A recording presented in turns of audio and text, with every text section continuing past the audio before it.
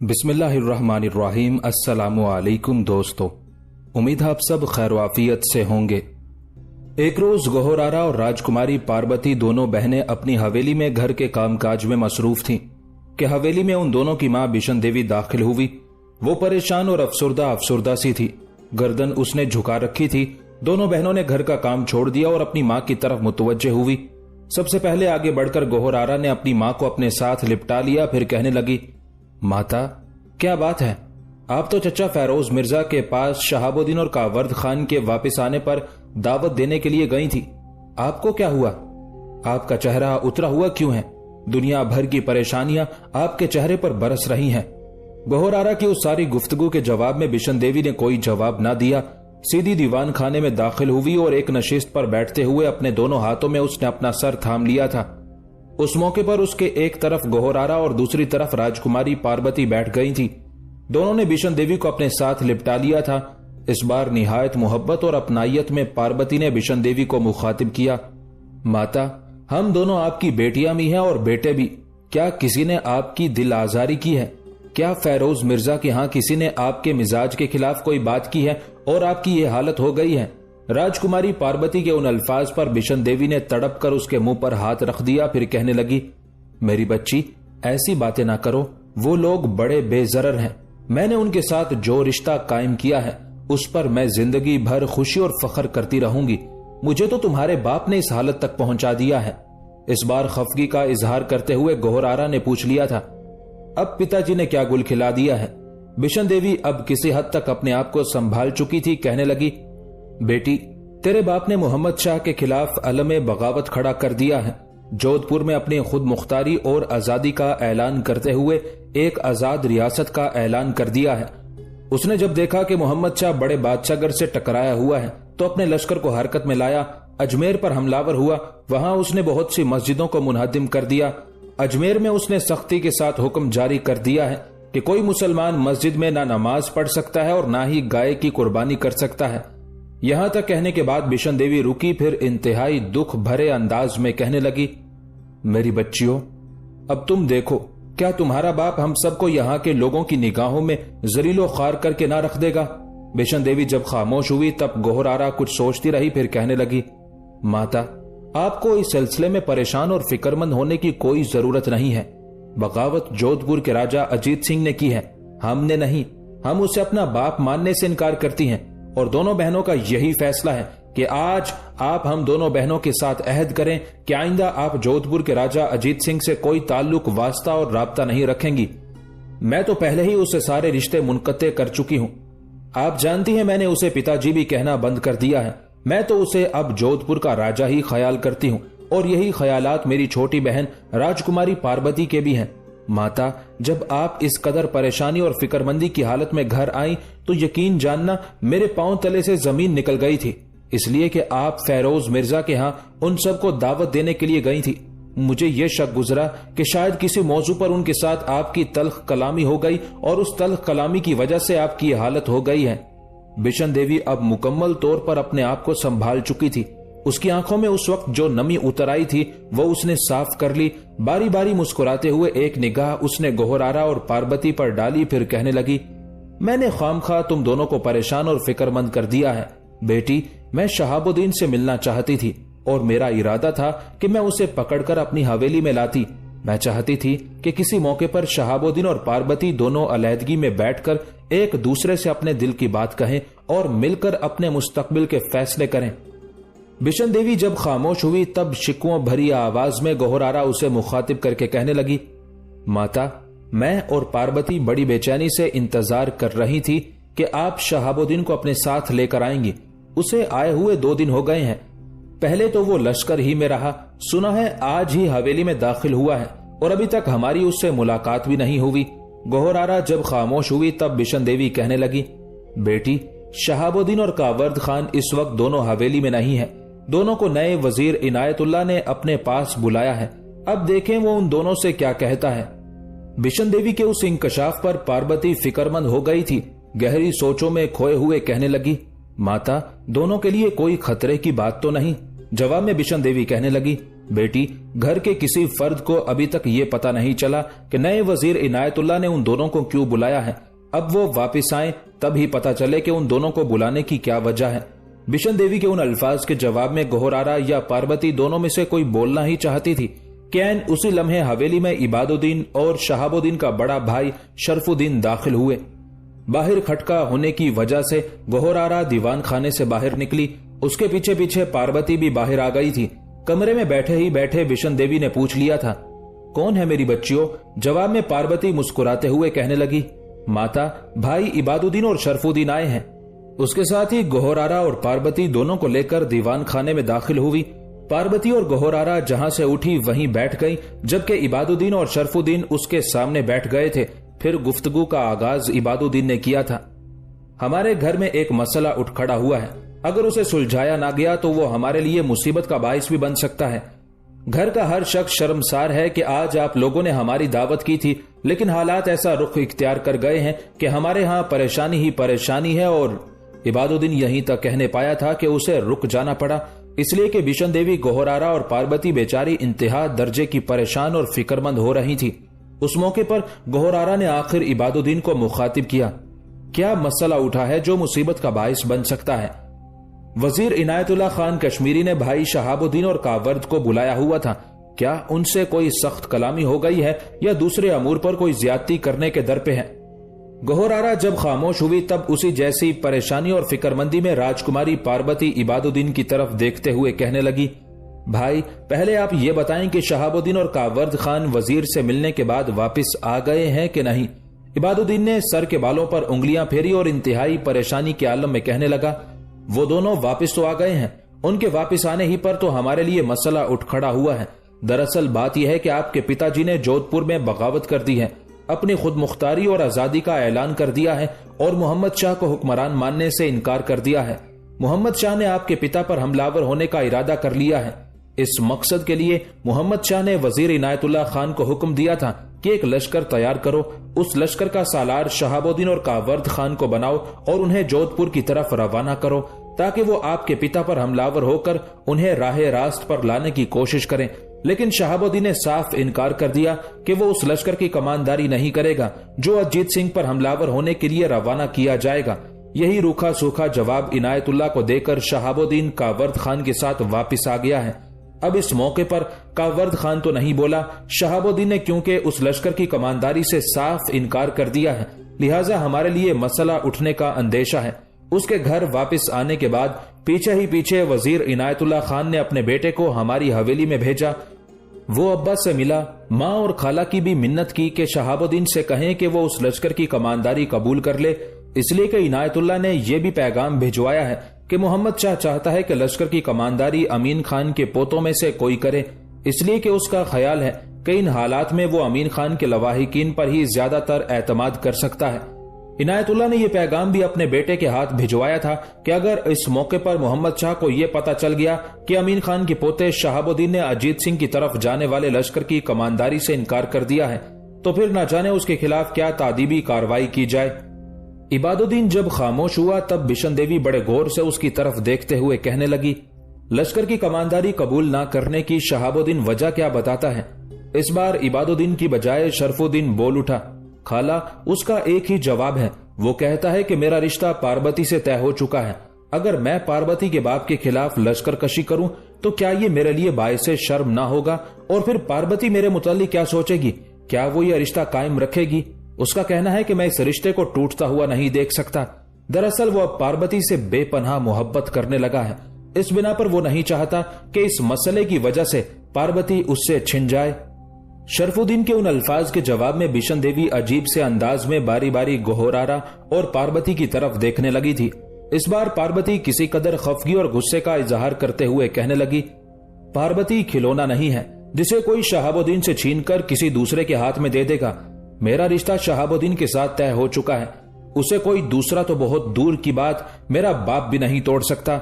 अगर वो ये भी कहे कि मैं शहाबुद्दीन को अपनी जिंदगी का साथी ना बनाऊं तो मैं साफ और एलानिया इनकार कर दूं। शहाबुद्दीन अगर मुझसे मोहब्बत करता है तो मैं भी उसे चाहती हूं, अपनी जिंदगी का मरकज, अपने जीवन का इर्तिकाज बना चुकी हूं, लेकिन उसे उस लश्कर की कमानदारी करते हुए इनकार नहीं करना चाहिए। उसे उस लश्कर की कमांदारी करनी चाहिए और जोधपुर के राजा अजीत सिंह को उसके किए की सजा जरूर मिलनी चाहिए।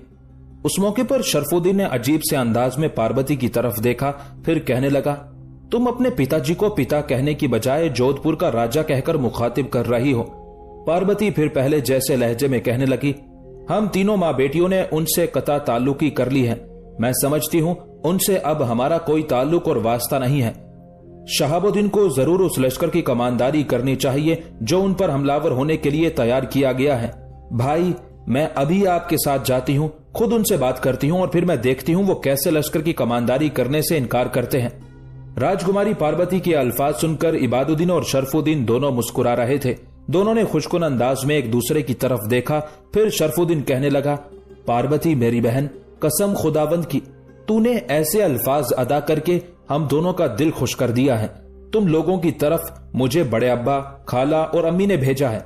उन तीनों का कहना था कि इस काम पर अगर शहाबुद्दीन को कोई आमादा कर सकता है तो वो सिर्फ और सिर्फ पार्वती है। शरफुद्दीन जब खामोश हुआ तब गोहरारा कहने लगी, अगर ये बात है तो फिर हम तीनों आपके साथ चलती हैं और फिर देखती हैं कि कैसे मेरा भाई शहाबुद्दीन लश्कर की कमांदारी संभालने से इनकार करता है। ये मसला सुलझाने के बाद फिर वापस आकर हम दावत का इंतजाम कर लेंगे।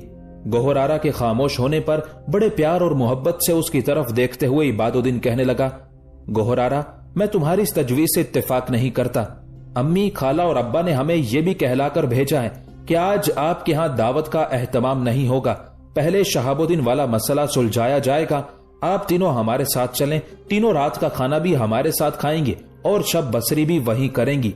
इबादुद्दीन के खामोश होने पर गोहरारा भी खुशी का इजहार करते हुए कहने लगी, ठीक है, जैसा आप कहते हैं वैसा ही होगा। दूसरी तरफ पार्वती और बिशन देवी खुशी का इजहार कर रही थी। तीनों माँ बेटी उठ खड़ी हुई। कुछ कमरों को उन्होंने मुकफ्फल किया। उसके बाद तीनों माँ बेटी इबादुद्दीन और शरफुद्दीन के साथ होली थी। तीनों जब इबादुद्दीन और शरफुद्दीन के साथ हवेली में दाखिल हुई तो उस वक्त हवेली के दीवान खाने में फेरोज मिर्जा, करा खातून, तकदीस खानम और कावर्द खान बैठे हुए थे। पांचों दीवान खाने में दाखिल हुए। क्योंकि सब उस वक्त परेशान और फिक्रमंद बैठे हुए थे, लिहाजा उन सबको मुखातिब करते हुए पार्वती कहने लगी, ये कोई इतना बड़ा मसला तो नहीं है जिसकी वजह से आप लोगों ने अपने ऊपर अफसुर्दगी और परेशानी तारी कर ली है। उसके साथ ही पांचों आगे बढ़कर नशिस्तों पर जब बैठ गए तब फेरोज मिर्जा दुख भरे अंदाज में कहने लगा, मेरी बच्ची, परेशानी और फिक्रमंदी की बात तो है। मेरे ख्याल में सारी सूरत हाल से इबादुद्दीन और मेरे बेटे शरफुद्दीन ने तुम तीनों को आगाह कर दिया होगा। शहाबुद्दीन अपनी बात पर अड़ा हुआ है कि वो उस लश्कर की कमांदारी नहीं करेगा जो तुम्हारे पिता की सरकूबी के लिए जाएगा। मैंने भी समझाया कि तुम लश्कर के साथ जाओ, इस लश्कर कशी से पार्वती से तुम्हारा रिश्ता नहीं टूटेगा। खाला ने भी उसे समझाया। करा खातून ने समझाने की बजाय जरा डांट दिया था और उस डांट की वजह से अब वो तकरीबन रूठकर माहुल मुल्क के कमरे में बैठा हुआ है। करा खातून ने जिंदगी में कभी उसे इस तरह डांटा नहीं है। ये पहला मौका था, लिहाजा उसने उसे खासा महसूस किया है। इस वक्त माहुल मुल्क उसके पास है, उसे ढारस और तसल्ली दे रही है। मेरी बच्चियों, अगर वो लश्कर की कमांदारी के लिए रजामंद हो जाए तो सारा मसला ही हल हो जाएगा। वो लश्कर की कमांदारी से इनकार भी करता है और साथ ये भी कहता है कि वो और कावर्द दोनों जोधपुर जरूर जाएंगे, इसलिए कि जिन लोगों ने मेरे दो छोटे भाइयों भावज और बेटे मुश्तबा को कत्ल किया था उन्होंने दिल्ली से निकलकर जोधपुर में कयाम किया हुआ है और ये दोनों उन दोनों का खात्मा करने के लिए जोधपुर का रुख करना चाहते हैं। फेरोज मिर्जा जब खामोश हुआ तब बड़े वसूख से पार्वती कहने लगी, बड़े अब्बा, आपको परेशान और फिक्रमंद होने की जरूरत नहीं है। शहाबुद्दीन कातिलों के ताकुब में भी जाएगा और लश्कर की कमांदारी भी कबूल करेगा। आपको परेशान होने की जरूरत नहीं है। शहाबुद्दीन के साथ मेरी निस्बत तय है। वो मेरा मंगेतर, मेरा मंसूब है।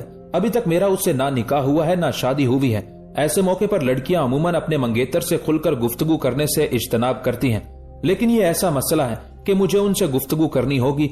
अगर आप इजाजत दें तो इस मौजू पर गुफ्तगू करने के लिए उनके पास माहुल मुल्क के कमरे में जाऊं। उस मौके पर फेरोज मिर्जा जवाब तलब से अंदाज में तकदीस खानम और करा खातून की तरफ देखने लगा था। वो दोनों सलाह मशवरा करके कोई जवाब देना ही चाहती थी कि ऐन उसी लम्हे फेरोज मिर्जा की मां मेहरुन्निसा दाखिल हुई थी। आगे बढ़कर वो फेरोज मिर्जा के सामने बैठ गई, फिर कहने लगी, फेरोज मिर्जा, शहाबुद्दीन ने हाँ कही है कि नहीं? मैं तो नमाज पढ़कर काफी देर दुआ मांगती रही हूँ कि मेरा बेटा इस मुहिम की कमांदारी करने पर रजामंद हो जाए। फिर जब उसने दीवान खाने में बिशन देवी, गोहरारा और पार्वती को बैठे देखा तो मुस्कुराते हुए उनकी अहवाल पुरसी करने लगी। उस मौके पर जो अल्फाज पार्वती ने कहे थे वो फेरोज मिर्जा ने अपनी मां मेहरुन्निसा से कह दिए थे। उस मौके पर मेहरुन्निसा बड़ी खुशी का इजहार करते हुए कहने लगी, पार्वती मेरी बेटी, तुम्हें शहाबुद्दीन से मिलने की इजाजत है। तुम उससे खुलकर गुफ्तगू कर सकती हो और तुम्हारा और उसका एक रिश्ता है। मेरी बच्ची, अगर इस काम के लिए तुम उसे तैयार कर लो तो मैं समझूंगी हमारे एक बड़े मसले का खात्मा हो गया है। फिर मेहरुन्निसा ने फेरोज मिर्जा की तरफ देखा और पूछा, फेरोज मिर्जा, अगर पार्वती शहाबुद्दीन से मिलती है तो तुम्हें कोई एतराज है? फेरोज मिर्जा ने मुस्कुराते हुए नफी में गर्दन हिला दी थी। मेहरुन्निसा ने इस बार तकदीस खानम और करा खातून की तरफ देखा और कहने लगी, तुम दोनों बहनों का क्या ख्याल है? तकदीस खानम कहने लगी, हम दोनों बहनों का ख्याल है कि पार्वती को शहाबुद्दीन से जरूर मिलना चाहिए और उसे इस काम पर आमादा करना चाहिए। तकदीस खानम का यह जवाब सुनकर मेहरुन्निसा खुश हो गई थी। फिर करा खातून को मुखातिब करके कहने लगी, करा खातून, तुमने शहाबुद्दीन को डांटने में कुछ ज्यादा ही सख्त अल्फाज इस्तेमाल कर लिए थे। देखो, जवान बेटा है, उसे अब तुम बच्चों की तरह तो ना डांटा करो। उसे समझाने के लिए प्यार और मोहब्बत की जरूरत है। तुम शायद उसे वही पटना से दिल्ली आया हुआ बच्चा ख्याल करती हो और जब चाहती हो उस पर चढ़ दौड़ती हो। मेरी बेटी, ऐसा नहीं होना चाहिए। वो अब समझदार है, जवान है। अगर वो लश्कर की कमांदारी से इनकार कर रहा है तो उसकी कोई वजह है और वजह भी बड़ी माकूल है। वो पार्वती को नहीं खोना चाहता। पार्वती, गोहरारा और बिशन देवी के साथ उसका जो रिश्ता है उसे मुनक़ते होते नहीं देख सकता। बस इस बिना पर वो इनकार कर रहा है। मेहरुन्निसा जब खामोश हुई तब गोहरारा उसे मुखातिब करके कहने लगी, दादी अम्मा, हमारे बाप ने यह कदम उठाकर इंतहा दर्जे का अहमकाना रवैया अपनाया है। वो पहले भी अक्सर ऐसे फैसले किया करता था। दादी अम्मा, दरअसल हमारे बाप की परवरिश ऐसे माहौल में हुई है जहां इस किस्म के रवैयों को कोई ज्यादा अहमियत नहीं दी जाती। उसके यहां रिश्तों की भी कोई कदर कीमत नहीं, खुलूस और मोहब्बत का भी कोई मकाम नहीं है। मुझे, मेरी बहन और माता तीनों को पता है कि हमारे बाप ने गलत कदम उठाते हुए बगावत और सरकशी का इजहार किया है। और अगर मुगल शहंशाह और वजीर इनायतुल्लाह काश्मीरी शहाबुद्दीन को इस लश्कर की कमांदारी सौंपना चाहते हैं जो जोधपुर पर हमलावर होगा, तो शहाबुद्दीन को उस लश्कर की कमांदारी कबूल करनी चाहिए और करनी होगी। इसी में हम तीनों माँ बेटी की खुशी और तमानियत है। उस मौके पर राजकुमारी पार्वती अपनी जगह से उठी, एक गहरी निगाह करा खातून पर डाली, फिर कहने लगी, अम्मा, मैं माहुल मुल्क के कमरे में जाऊं? करा खातून ने जब मुस्कुराते हुए इस बात में गर्दन हिलाई तब राजकुमारी पार्वती बेपनाह खुशी का इजहार करते हुए दीवान खाने से निकल गई थी। राजकुमारी पार्वती जब माहुल मुल्क के कमरे के दरवाजे के पास पहुंची तो उसने देखा माहुल मुल्क और शहाबुद्दीन दोनों आमने सामने बैठे हुए थे। माहुल मुल्क ने शहाबुद्दीन का हाथ अपने हाथ में लिया हुआ था और उसका हाथ दूसरे हाथ से थपथपा रही थी, साथ ही उसे कुछ समझाने की कोशिश भी कर रही थी। दरवाजे पर खड़ी होकर पार्वती थोड़ी देर तक दोनों बहन भाइयों को इस अंदाज में देखते हुए खुशी का इजहार करती रही। इतनी देर तक उन दोनों ने भी उसे देख लिया था। फिर दोनों मुस्कुराते हुए उठ खड़े हुए थे। पार्वती कमरे में दाखिल हुई, माहुल मुल्क के करीब गई। माहुल मुल्क पुरजोश अंदाज में उससे मिली, फिर कहने लगी, मेरी बहन, तुम बड़े अच्छे वक्त पर आई हो। मैं समझती हूँ कि जो काम मैं नहीं कर सकी, जिस काम को घर वाले नहीं निपटा सके, वो काम तुम बड़ी आसानी से अंजाम तक पहुंचा सकती हो। जहां मैं बैठी हुई थी तुम बैठो, मैं थोड़ी देर तक आती हूँ। उसके साथ ही माहुल मुल्क कमरे से निकल गई थी। उसके जाने के बाद पार्वती थोड़ी देर तक अजीब से अंदाज में शहाबुद्दीन की तरफ घूरने के अंदाज में देखती रही। उसकी उस अदा पर शहाबुद्दीन मुस्कुराया और कहने लगा, मेरी तरफ इस अंदाज में क्यों देख रही हो? क्या मुझसे कोई बहुत बड़ा जुर्म हो गया है? पार्वती ने धीमे मगर प्यार भरे अंदाज में शहाबुद्दीन को मुखातिब किया। क्या आप पहचानते हैं कि मैं कौन हूं? शहाबुद्दीन मुस्कुराया और कहने लगा, सवाल बड़ा मुहम्मल सा है पर मैं जवाब देने पर तैयार हूं। तुम पार्वती हो, जोधपुर के राजा अजीत सिंह की बेटी। जवाब में पार्वती पहले की निस्बत संजीदा हो गई थी, फिर कहने लगी, अगर मेरा सवाल मुहम्मल था तो आपका जवाब उससे ज्यादा मुहम्मल, नाकाफी और गलत है। क्या मुहम्मलपन है इसमें? घूरने के अंदाज में शहाबुद्दीन ने पार्वती की तरफ देखा था। इसमें गलत बात यह है कि मैं जोधपुर के राजा अजीत सिंह की बेटी हूं नहीं, कभी थी, लेकिन बेटी होने का वो दौर अब खत्म हो चुका। क्यों हो चुका, इसकी तफसील तो मैं कभी बाद में आपके पास बैठकर बताऊंगी। फिलहाल मैं आपसे ये कहना चाहती हूँ कि मैं जोधपुर के राजा अजीत सिंह की बेटी नहीं बल्कि दिल्ली की सल्तनत के मरहूम वजीर मोहम्मद अमीन खान के पोते मोहतरम अली मुराद के बेटे और एक बावकार खातून करा खातून के फर्जंद मोहतरम शहाबुद्दीन की मंसूबा मंगेतर और होने वाली बीवी हूँ। असल तारुफ मेरा ये है। यहाँ तक कहने के बाद पार्वती रुकी, फिर अपनी बात को आगे बढ़ाते हुए वो कह रही थी, अब जबकि मैंने अपना तारुफ करवाया है तो मेरा आपके साथ एक रिश्ता भी अयां हो गया है। अब अगर इस रिश्ते की अहमियत को समझते हैं तो मैं ख्याल करती हूँ कि माँ बाप के बाद ये रिश्ता सबसे ज्यादा बावकार और अहम है। इस रिश्ते को सामने रखते हुए मैं आपसे ये पूछती हूँ कि आपने उस लश्कर की कमांदारी करने से क्यों इनकार कर दिया जिसने जोधपुर पर हमलावर होने के लिए रवाना होना है।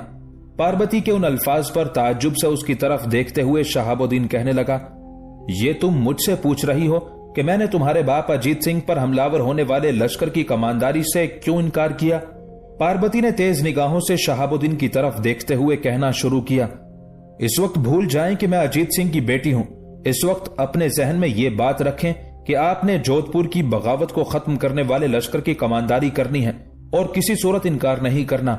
मुझे बताया गया है कि आप जोधपुर वाले लश्कर की कमांदारी इसलिए कबूल नहीं करना चाहते कि कहीं मेरा आपका रिश्ता ना मुनक़ते हो जाए। मैं आप पर एक बात वाज़ेह कर दूं, जिस वक्त माहुल मुल्क ने मेरे और आपके रिश्ते की बात नहीं की थी उससे चंद दिन पहले ही मैंने अपनी दीदी गोहरारा से कह दिया था कि अगर मेरा रिश्ता शहाबुद्दीन से तय कर दिया जाए तो मैं समझूंगी मुझे दुनिया जहान की नेमतें मिल गई हैं। इसलिए कि आपके साथ रिश्ता तय होने और आपके साथ मंगनी होने से पहले ही मैं आपको चाहने और आपसे मोहब्बत करने लगी थी। मैं ये भी जानती हूँ कि आप मुझे चाहते हैं। इसी बिना पर आप लश्कर की कमांदारी करते हुए पसोपेश और इनकार से काम ले रहे हैं, लेकिन आपने हर सूरत में इस लश्कर की कमांदारी करनी है। अगर आपने मेरे समझाने के बावजूद भी इनकार किया तो फिर एक बात याद रखना, मैं अभी और इसी वक्त बड़े अब्बा फैरोज मिर्जा के पास जाऊंगी, अम्मा करा खातून तकदीस खानम से बात करूंगी, दादी मेहरुनिसा से भी कहूंगी कि मेरी और शहाबुद्दीन की अभी और इसी वक्त शादी कर दी जाए। और पार्वती मजीद कुछ कहना चाहती थी कि उसकी बात काटते हुए मुस्कुराते हुए शहाबुद्दीन बोल उठा, बड़ी बेचैनी और बेताबी हो रही है तुम्हें शादी करने की। पार्वती भी मुस्कुरा दी और कहने लगी, हाँ मुझे बड़ी बेचैनी और बेताबी हो रही है आपसे शादी करने की। इसकी वजह यह है कि इस वक्त अगर मैं अपनी बात पर जोर डालूंगी तो आप गुस्से में मुझे यह कह सकते हैं कि मैं कौन होती हूं आप पर इस तरह का दबाव डालने वाली। लेकिन जब मेरी आपसे शादी हो जाएगी उसके बाद जब मैं आप पर दबाव डालूंगी और आप ये जुमला अदा करेंगे तो फिर मैं कहूंगी, मोहतरम शहाबुद्दीन मैं आपकी बीवी हूं और मैं आप पर ऐसा दबाव डालने का हक रखती हूं। अब कहें आप क्या कहते हैं। पार्वती जब खामोश हुई तो शहाबुद्दीन किसी कदर संजीदा हो गया और कहने लगा, पार्वती इसमें कोई शक नहीं कि मैं तुम्हें पसंद करता हूं, तुमसे मोहब्बत करता हूं, लेकिन मैंने लश्कर की कमांदारी संभालने से इसीलिए इनकार किया था कि मैं तुम्हारे बाप के खिलाफ लश्कर कशी नहीं करना चाहता। मुझे खदशा और डर था कि मैं अगर ऐसा करूंगा तो कहीं तुम्हारे और मेरे ताल्लुकात खत्म ना हो जाएं और मैं ऐसा नहीं चाहता था, इसलिए कि लश्कर की कमांदारी के लिए और बहुत से सालार मिल सकते हैं, लेकिन शहाबुद्दीन को पार्वती से बेहतर जिंदगी की साथी नहीं मिल सकती। जवाब में पार्वती ने हल्का सा कहकहा लगाया, कहने लगी, मैं तो समझती थी कि मोहब्बत के मामले में आप यूं ही से होंगे, लेकिन आप तो इस मामले में बड़े पुख्ता कार लगते हैं, बड़े अच्छे प्यारे और लच्छेदार जुमले बोल सकते हैं।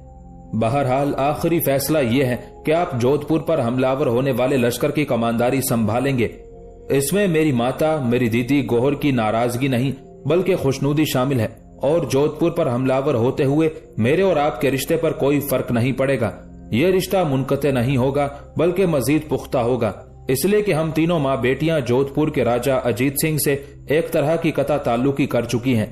अब बोले आप क्या कहते हैं। शहाबुद्दीन मुस्कुराया, फिर कहने लगा, अब मेरे पास कहने को कुछ नहीं है। अगर मैं इस लश्कर की कमांदारी संभालता हूं और तुम्हारे साथ मेरा रिश्ता भी बरकरार रहता है तो फिर मैं इस लश्कर का कमांदार बनने से इनकार नहीं करूंगा। यहां तक कहने के बाद शहाबुद्दीन रुका, तब पार्वती बेपनाह खुशी का इजहार करते हुए कहने लगी, मैं आपकी इंतहा दर्जे की ममनून और शुक्रगुजार हूं कि आप मेरी बात मानने पर तैयार हो गए हैं। अब मैं समझती हूं कि आप मेरे एक अच्छे शोहर साबित हो सकते हैं। इस मौके पर मैं आपसे एक और बात भी कहना चाहती हूँ। वो कौन सी? शहाबुद्दीन ने घूरने के अंदाज में उसकी तरफ देखते हुए पूछा। वो ये कि भाई इबादुद्दीन कह रहे थे कि जिन लोगों ने अब्बा अली मर्दान आपके चचा और चची को कत्ल किया था, इसके अलावा भाई मुश्तबा खान को कत्ल किया था, वो कातिल दिल्ली से भागकर जोधपुर की तरफ गए हैं। अगर आप कहें तो मैं माता से कहकर अपने चंद जानने वालों के पास जोधपुर में पैगाम भिजवाती हूं कि वो इस सिलसिले में आपसे ताउन करें और कातिलों को तलाश करने में मदद करें। पार्वती के खामोश होने पर शहाबुद्दीन कहने लगा, पार्वती, इसकी कोई जरूरत नहीं। हकीकत यह है कि मैं जोधपुर वाले लश्कर की कमांदारी संभालना चाहता था, इसलिए कि कमांदारी के साथ साथ वहां मैं बड़ी आसानी के साथ कातिलों से भी निमट सकता था, इसलिए कि मेरे पास लश्कर भी होगा। लेकिन कमांदारी संभालने से जो मैंने इनकार किया वो तुम्हारी वजह से किया। अब तुम चूंकि रजामंद हो कि मैं कमांदारी संभालूं और इसमें तुम्हारी माता और गौहर आपा की खुशनुदी भी है, लिहाजा अब मैं कमांदारी संभालूंगा और कातिलों को मैं वहां खुद ही तलाश कर लूंगा। मैं जोधपुर में उनके पीछे ऐसे आदमी लगाऊंगा कि जहां कहीं भी उन्होंने पनाह ले रखी होगी उन्हें वहां से निकालकर बाहर लाएंगे। अब बोलो तुम क्या कहती हो। शहाबुद्दीन के उन अल्फाज पर बेपनाह खुशी का इजहार करते हुए पार्वती अपनी जगह पर उठ खड़ी हुई, अपना हाथ आगे बढ़ाया, शहाबुद्दीन का हाथ पकड़ा, उसे खींचकर उठाया, फिर कहने लगी, अब आप मेरे साथ दीवान खाने में चलें ताकि सबके सामने ये कहा जाए कि किसी को परेशान और फिक्रमंद होने की जरूरत नहीं है। मोहतरम शहाबुद्दीन जोधपुर पर हमलावर होने वाले लश्कर की कमांदारी करेंगे। शहाबुद्दीन ने हाथ से दरवाजे की तरफ इशारा किया। अच्छा चलो। पार्वती चुपचाप चल दी। दोनों दीवान खाने में दाखिल हुए। उस मौके पर पार्वती सबको मुखातिब करके कहने लगी, मैं आप लोगों के लिए एक अच्छी खबर लेकर आई हूं। किसी को परेशान और फिक्रमंद होने की जरूरत नहीं है। शहाबुद्दीन उस लश्कर की कमांदारी संभालेंगे जिसने जोधपुर पर हमलावर होना है। पार्वती के उन अल्फाज पर सब लोगों की खुशी की कोई इंतहा न थी। उस मौके पर गौहर आरा उठी, शहाबुद्दीन को खींचकर उसने अपने पहलू में बिठा लिया, फिर बेपनाह खुशी का इजहार करते हुए कहने लगी, भाई तुम मेरी छोटी बहन पार्वती के मंगेतर हो, इसलिए मुझे अपनी जान से भी ज्यादा अजीज हो। देखो तुमने जोधपुर पर हमलावर होने वाले लश्कर की कमांदारी संभालने से क्यों इनकार कर दिया था, और पार्वती का रिश्ता कोई खिलौने और कच्चे धागों जैसा नहीं है जो हमलावर होने से टूट जाएगा। फिर मैं तुम्हें यह भी बता दूं कि हमारे पिताजी से हमारे कोई अच्छे ताल्लुकात नहीं है। तुम्हें पता होगा कि मेरे पहले शोहर के कातिलों में वो भी शामिल है। इस लिहाज से मैंने तो जोधपुर से मुकम्मल तौर पर कता ताल्लुकी कर रखी है। जहां तक माता और पार्वती का ताल्लुक है तो ये भी मेरे साथ हैं। हमने अब जिंदगी आप लोगों के पड़ोस और आप लोगों के अंदर गुजारनी है। मेरे भाई, मैं तुम्हारी शुक्रगुजार और ममनून हूं कि तुमने पार्वती की बात मान ली। उस मौके पर पार्वती भी शहाबुद्दीन के पहलू में बैठ गई थी। अब शहाबुद्दीन गौहर आरा और पार्वती के दरमियान था। गौहर आरा ने उसे मुखातिब करते हुए फिर कहना शुरू किया, शहाबुद्दीन, यहाँ रहते हुए हमने तुम्हारी, शरफुद्दीन और कावर्द खान की मौजूदगी में कभी भाई की कमी महसूस नहीं की। मैं इस लिहाज से भी आपके खानदान की शुक्रगुजार हूँ कि मेरा रिश्ता बड़े अब्बा के बेटे इबादुद्दीन के साथ तय हो चुका है। ये हम दोनों बहनों की खुशनसीबी है कि हमें एक ही हवेली में इकट्ठे रहने का मौका मिलेगा। मेरे भाई, आइंदा कभी ये सोचना भी मत कि इस तरह के मामूली वाकयात की बिना पर पार्वती से तुम्हारा रिश्ता मुनक़ते हो सकता है। मेरे भाई, पार्वती तुम्हारे लिए है और तुम्हारी ही रहेगी। फिर गौहर आरा अपना मुंह शहाबुद्दीन के कान के करीब ले गई, कहने लगी, मैं ये कहना भी पसंद करूंगी कि पार्वती पैदा ही शहाबुद्दीन के लिए हुई थी, और मेरे ख्याल में ये कहते हुए भी हिचकिचाहट महसूस नहीं करूंगी कि शहाबुद्दीन भी पार्वती के लिए पैदा हुआ है। ये अल्फाज पार्वती ने भी सुन लिए थे, लिहाजा वो मुस्कुरा रही थी। ये अल्फाज सुनकर शहाबुद्दीन भी मुस्कुरा दिया था। उस मौके पर शहाबुद्दीन अपनी जगह से उठते हुए कहने लगा, मैं मोहतरम इनायतुल्लाह खान के पास जाता हूं और उन्हें कहता हूं कि मैं उस लश्कर की कमांदारी संभालने के लिए तैयार हूं। गौहर आरा ने फौरन उसका बाजू पकड़कर फिर उसी नशिस्त पर बिठा लिया और कहने लगी, शहाबुद्दीन मेरे भाई, आप नहीं जाएंगे। आप और कावर्द खान दोनों घर पर ही रहेंगे। ये काम इबादुद्दीन और शरफुद्दीन दोनों भाई जाकर कराएंगे। गौहर आरा के उन अल्फाज के साथ ही इबादुद्दीन और शरफुद्दीन उठ खड़े हुए। फिर इबादुद्दीन कहने लगा, मैं और शरफुद्दीन जाते हैं और मोहतरम इनायतुल्लाह से कहते हैं कि शहाबुद्दीन और कावर्द खान दोनों उस लश्कर की कमांदारी संभालने के लिए तैयार हैं। इबादुद्दीन और शरफुद्दीन दोनों जब दीवान खाने के दरवाजे की तरफ जाने लगे तब एकदम पार्वती अपनी जगह से उठ खड़ी हुई, उनकी राह रोक ली। फिर कहने लगी, भाई, मैंने इन्हें लश्कर की कमांदारी पर आमादा करने के लिए सख्त मुशक्कत की है। इस बिना पर क्या मैं मिठाई की हकदार हूं? पार्वती के उन अल्फाज पर सब खुशी का इजहार करने लगे थे। फिर शरफुद्दीन आगे बढ़ा, पार्वती के सर को उसने बोसा दिया, फिर कहने लगा, मेरी बहन, मैं तेरा शुक्रगुजार हूं कि तूने ये काम कर दिखाया। बेफिक्र रह, वापसी पर तेरे लिए मिठाई जरूर आएगी। जवाब में मुस्कुराते हुए पार्वती कहने लगी, आप दोनों भाई जाएं, आपके आने तक हम खाना तैयार करते हैं, सब इकट्ठे बैठकर खाते हैं। पार्वती जब रुकी तब उसकी माता बिशन देवी बोल उठी। पहले उसने इबादुद्दीन और शरफुद्दीन की तरफ देखा और कहने लगी, मेरे बच्चों, थोड़ी देर रुको। बिशन देवी के कहने पर इबादुद्दीन और शरफुद्दीन दोनों रुक गए थे। सवालिया से अंदाज में बिशन देवी की तरफ देखने लगे थे। उस मौके पर बिशन देवी ने बारी बारी मेहरुन्निसा और फेरोज मिर्जा की तरफ देखा, फिर उन्हें मुखातिब करके कहने लगी, अम्मा मेहरुन्निसा और भाई फेरोज मिर्जा, अब इस हवेली के आप दोनों ही बड़े हैं। इस मौके पर आप दोनों से मेरी एक गुजारिश है और मुझे उम्मीद है कि आप इनकार नहीं करेंगी। बिशन देवी जब रुकी तब बड़ी मोहब्बत से उसकी तरफ देखते हुए मेहरुन्निसा कहने लगी, बिशन देवी मेरी बेटी, कहो तुम क्या कहना चाहती हो, हम तुम्हारा कहा टालेंगे नहीं। मेहरुन्निसा के उन अल्फाज पर बिशन देवी खुश हो गई थी। कहने लगी, अम्मा दरअसल बात यह है कि जब से मैं और गोहरारा और पार्वती तीनों माँ बेटियों ने साथ वाली हवेली में रिहाइश इख्तियार की है, तब से हमारी दावतें आपकी हवेली में होती रही हैं। मोहतरम अमीन खान ने दावतों के सिलसिले में कभी हमें जवाबी कार्रवाई करने का मौका ही फराहम नहीं किया था।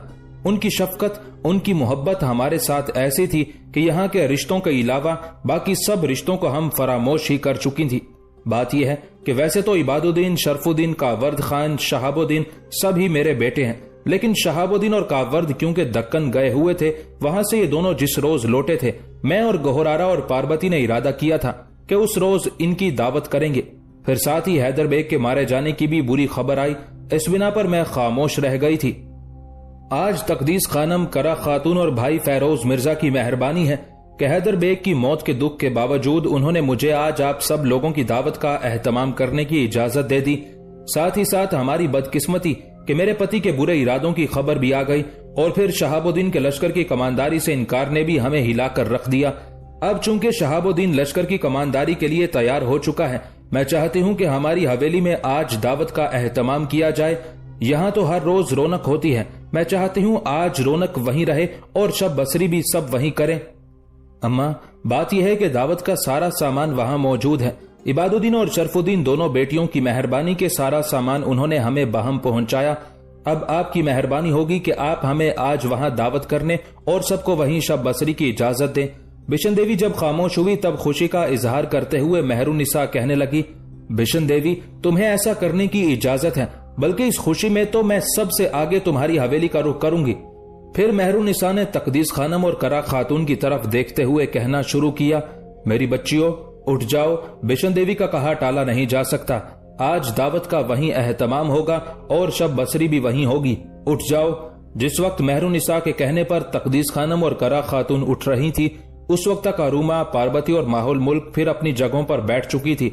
उस मौके पर पार्वती ने हल्की सी कोहनी शहाबुद्दीन के मारी और कहने लगी, अब जबकि सब हमारी हवेली की तरफ जाने लगे हैं, तो आप ये बहाना ना बनाना कि आप यहीं बैठेंगे, आप मेरे साथ वहां चलेंगे।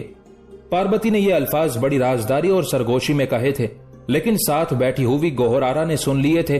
वो भी शहाबुद्दीन की तरफ देखते हुए मुस्कुराकर कहने लगी, भाई शहाबुद्दीन, पार्वती ठीक कहती है, आप हमारे साथ वहां चलेंगे। मेरे भाई, आप सब के होते हुए वहां रौनक रहेगी। उस मौके पर फेरोज मिर्जा ने इबादुद्दीन और शरफुद्दीन की तरफ देखा और कहने लगा, मेरे बच्चों, तुम दोनों इनायतुल्लाह के पास जाओ और उसे कहो कि शहाबुद्दीन और कावर्द लश्कर की कमानदारी के लिए तैयार हैं और उसके इत्तला वो मोहम्मद शाह को कर सकता है। ये पैगाम देकर तुम गोहरारा की हवेली की तरफ आ जाना। उसके साथ ही इबादुद्दीन और शरफुद्दीन निकल गए थे। बाकी सब लोग भी उठे, हवेली के कमरों को मुकफ्फल किया। उसके बाद सब गोहरारा की हवेली का रुख कर रहे थे। शहाबुद्दीन और कावर्द खान ने एक लश्कर के साथ जोधपुर का रुख किया था। जोधपुर को मेवाड़ की रियासत भी कहकर पुकारा जाता था और ये राजपूताना में शामिल थी और हिंदुस्तान की कदीम तरीन रियासतों में इसका शुमार किया जा सकता था। इस रियासत की बुनियाद कदीम रिवायात के मुताबिक, जिनका तारीखी तौर पर कोई सबूत नहीं मिलता, कन्नौज के राजपूतों ने सुल्तान शहाबुद्दीन गोरी के हाथों शिकस्त खाने के बाद रखी थी। जोधपुर शहर की तारीख का आगाज 1459 से होता है। यहाँ के राजा मालदेव ने शहंशाह हुमायूं को पनाह देने से इनकार कर दिया था। शेरशाह सूरी और अकबर के हाथों उसी राजा को शिकस्ते फाश उठाना पड़ी और वो उनका बाजगुजार बनकर रहा। उस वक्त से जोधपुर के हुक्मरान दिल्ली के मुगल बादशाहों से गहरे ताल्लुकात कायम करते रहे। यहाँ के हुक्मरानों ने अक्सर अपनी बेटियों की शादियां मुगलिया खानदान में की और खुद भी मुगल लश्कर में भर्ती होते रहे। महाराज जसवंत सिंह, जो उन राजपूतों में बड़ा मशहूर तरीन राजा था, मुगल शहंशाहों के मुलाजिमों में मशहूर था और मौजूदा राजा अजीत सिंह उसी जसवंत सिंह का बेटा था। औरंगजेब आलमगीर के अहदे हुकूमत में जब इन राजपूतों ने मुगलिया सल्तनत के खिलाफ बगावत खड़ी की और सरकशी इख्तियार कर ली, तब औरंगजेब आलमगीर इनके खिलाफ हरकत में आया। राजपूतों को वहम हो गया था कि वो इतनी ताकत और कुव्वत रखते हैं कि मुगल सल्तनत को पसपा कर दें, लेकिन मुगल सल्तनत का हुक्मरान उस वक्त मर्दे आहन औरंगजेब आलमगीर था। वो उन राजपूतों से टकराया और जोधपुर की उसने ईंट से ईंट बजाकर रख दी थी। बाद में कुछ अरसे तक ये राजपूत मुगलों के साथ गुरीला जंग करते रहे, लेकिन हर बार इन्हें नाकामी का मुंह देखना पड़ा। अब जोधपुर का राजा अजीत सिंह था और उसने अपने आबाओ अजदाद की पैरवी करते हुए एक बार फिर मुगल हुक्मरानों के खिलाफ अलम बगावत खड़ा कर दिया था। अपनी ताकत और कुव्वत में भी उसने खूब इजाफा कर लिया था। इस बिना पर उसने सरकशी इख्तियार करने का इरादा किया था। जिन दिनों शहाबुद्दीन और कावर्द खान दोनों अपने लश्कर को लेकर बड़ी बर्क रफ्तारी से जोधपुर का रुख किए हुए थे, उस वक्त जोधपुर का राजा अजीत सिंह अजमेर में कयाम किए हुए था, इसलिए कि उसने अजमेर को फतह करके उस पर कब्जा कर रखा था। अजीत सिंह एक रोज अजमेर शहर का गश्त लगाने के बाद अपनी लश्करगाह में दाखिल हुआ। तब उसके चंद सालार उसके सामने आए। उनमें से एक अजीत सिंह को मुखातिब करके कहने लगा, जोधपुर की तरफ से हमारा एक मुखबिर आया है। वो शायद कोई इंतहाई अहम खबर रखता है। हमने उसे आपके खेमे में रोका है। उस सालार को रुक जाना पड़ा, इसलिए कि अजीत सिंह परेशानी और फिक्रमंदी का इजहार करते हुए कहने लगा, अगर जोधपुर से कोई मुखबिर आया है तो वो कोई अच्छी खबर लेकर नहीं आया होगा। चलो उससे पता करते हैं, उसके पास क्या खबर है। उसके साथ ही अजीत सिंह तेज तेज कदम उठाता हुआ अपने खेमे की तरफ हो लिया था। उसके सालार उसके पीछे पीछे थे। वो सब शामियाना नुमा बड़े खेमे में दाखिल हुए। अजीत सिंह को देखते ही वो मुखबिर उठ खड़ा हुआ। अजीत सिंह ने आगे बढ़कर पुरजोश अंदाज में उससे मुसाफा किया, इसलिए कि वो मुखबिर शायद उसका शनासा था। सब नशिस्तों पर बैठ गए। आखिर अजीत सिंह उसे मुखातिब करके कहने लगा, पहले ये बताओ, अगर तुम जोधपुर से आए हो तो जो खबर तुम लेकर आए हो वो अच्छी है या बुरी। अजीत सिंह के उस सवाल पर वो कासिद शशोपंज में पड़ गया था।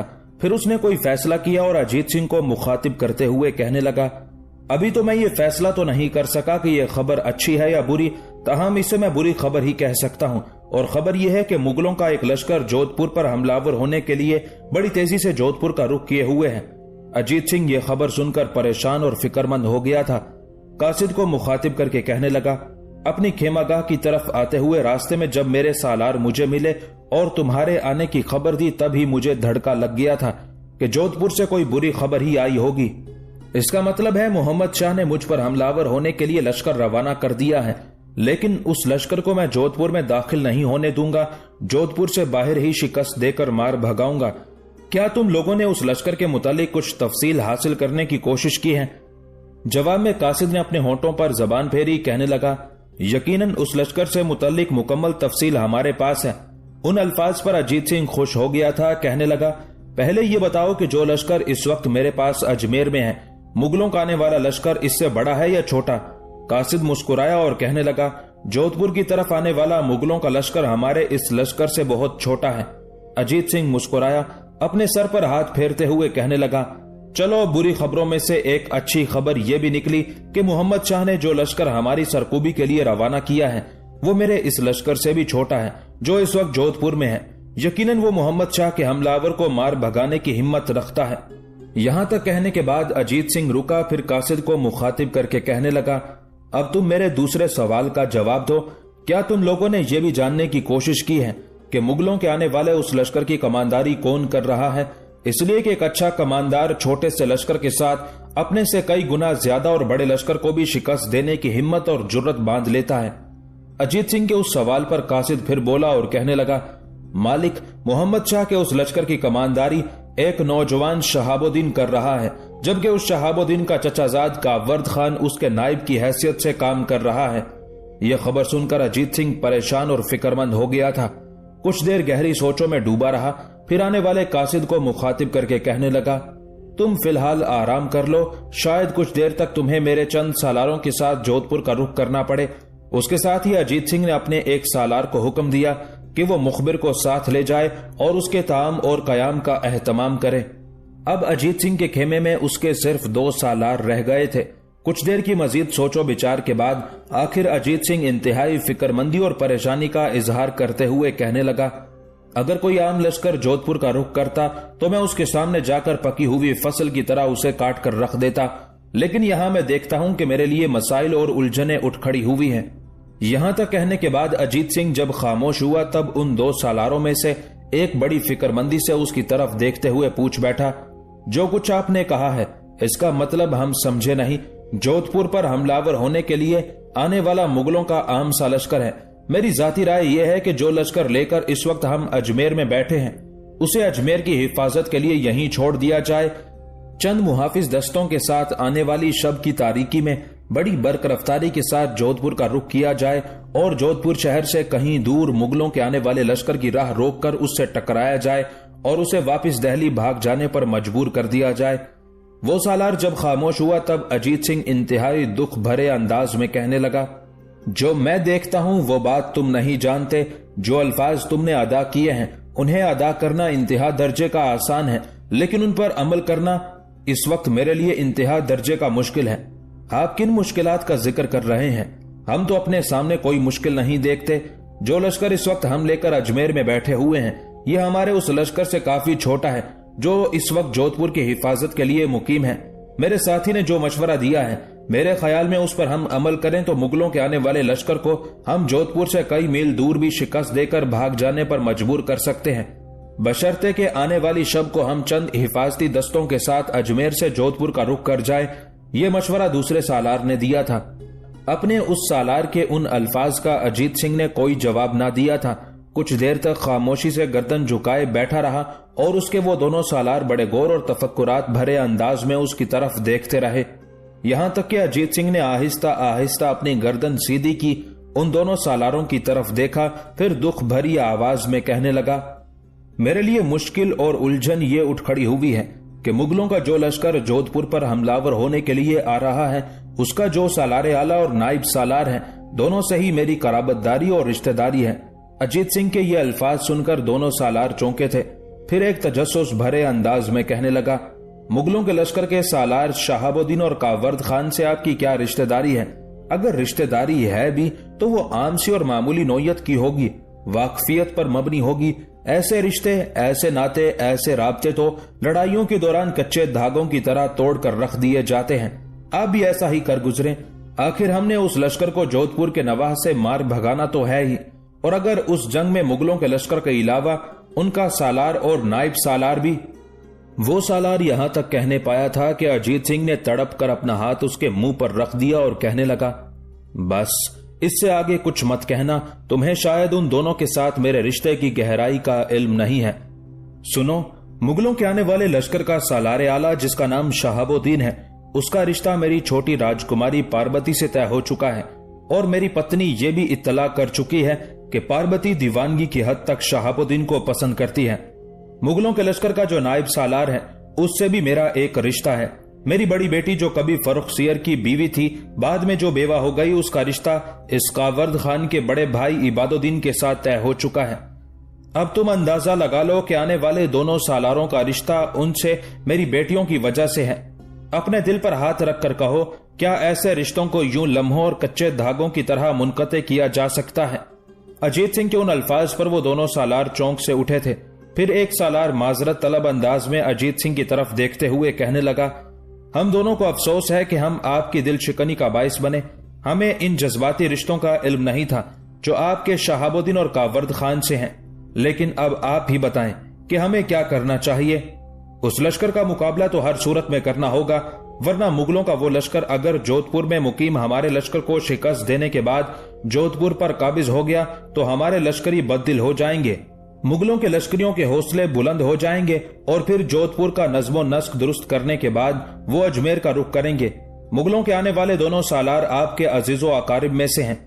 अगर यहां भी उन्होंने फतह पाई तो आपको तो वो कुछ नहीं कहेंगे, लेकिन आपके लश्करियों और सालारों को गाजर मूली की तरह काट कर रख देंगे और उनके साथ जंग के दौरान जो गिरफ्तार हो गया तो मेरे ख्याल में उसे तो वो मार मार कर चमड़ी उधेड़ देंगे।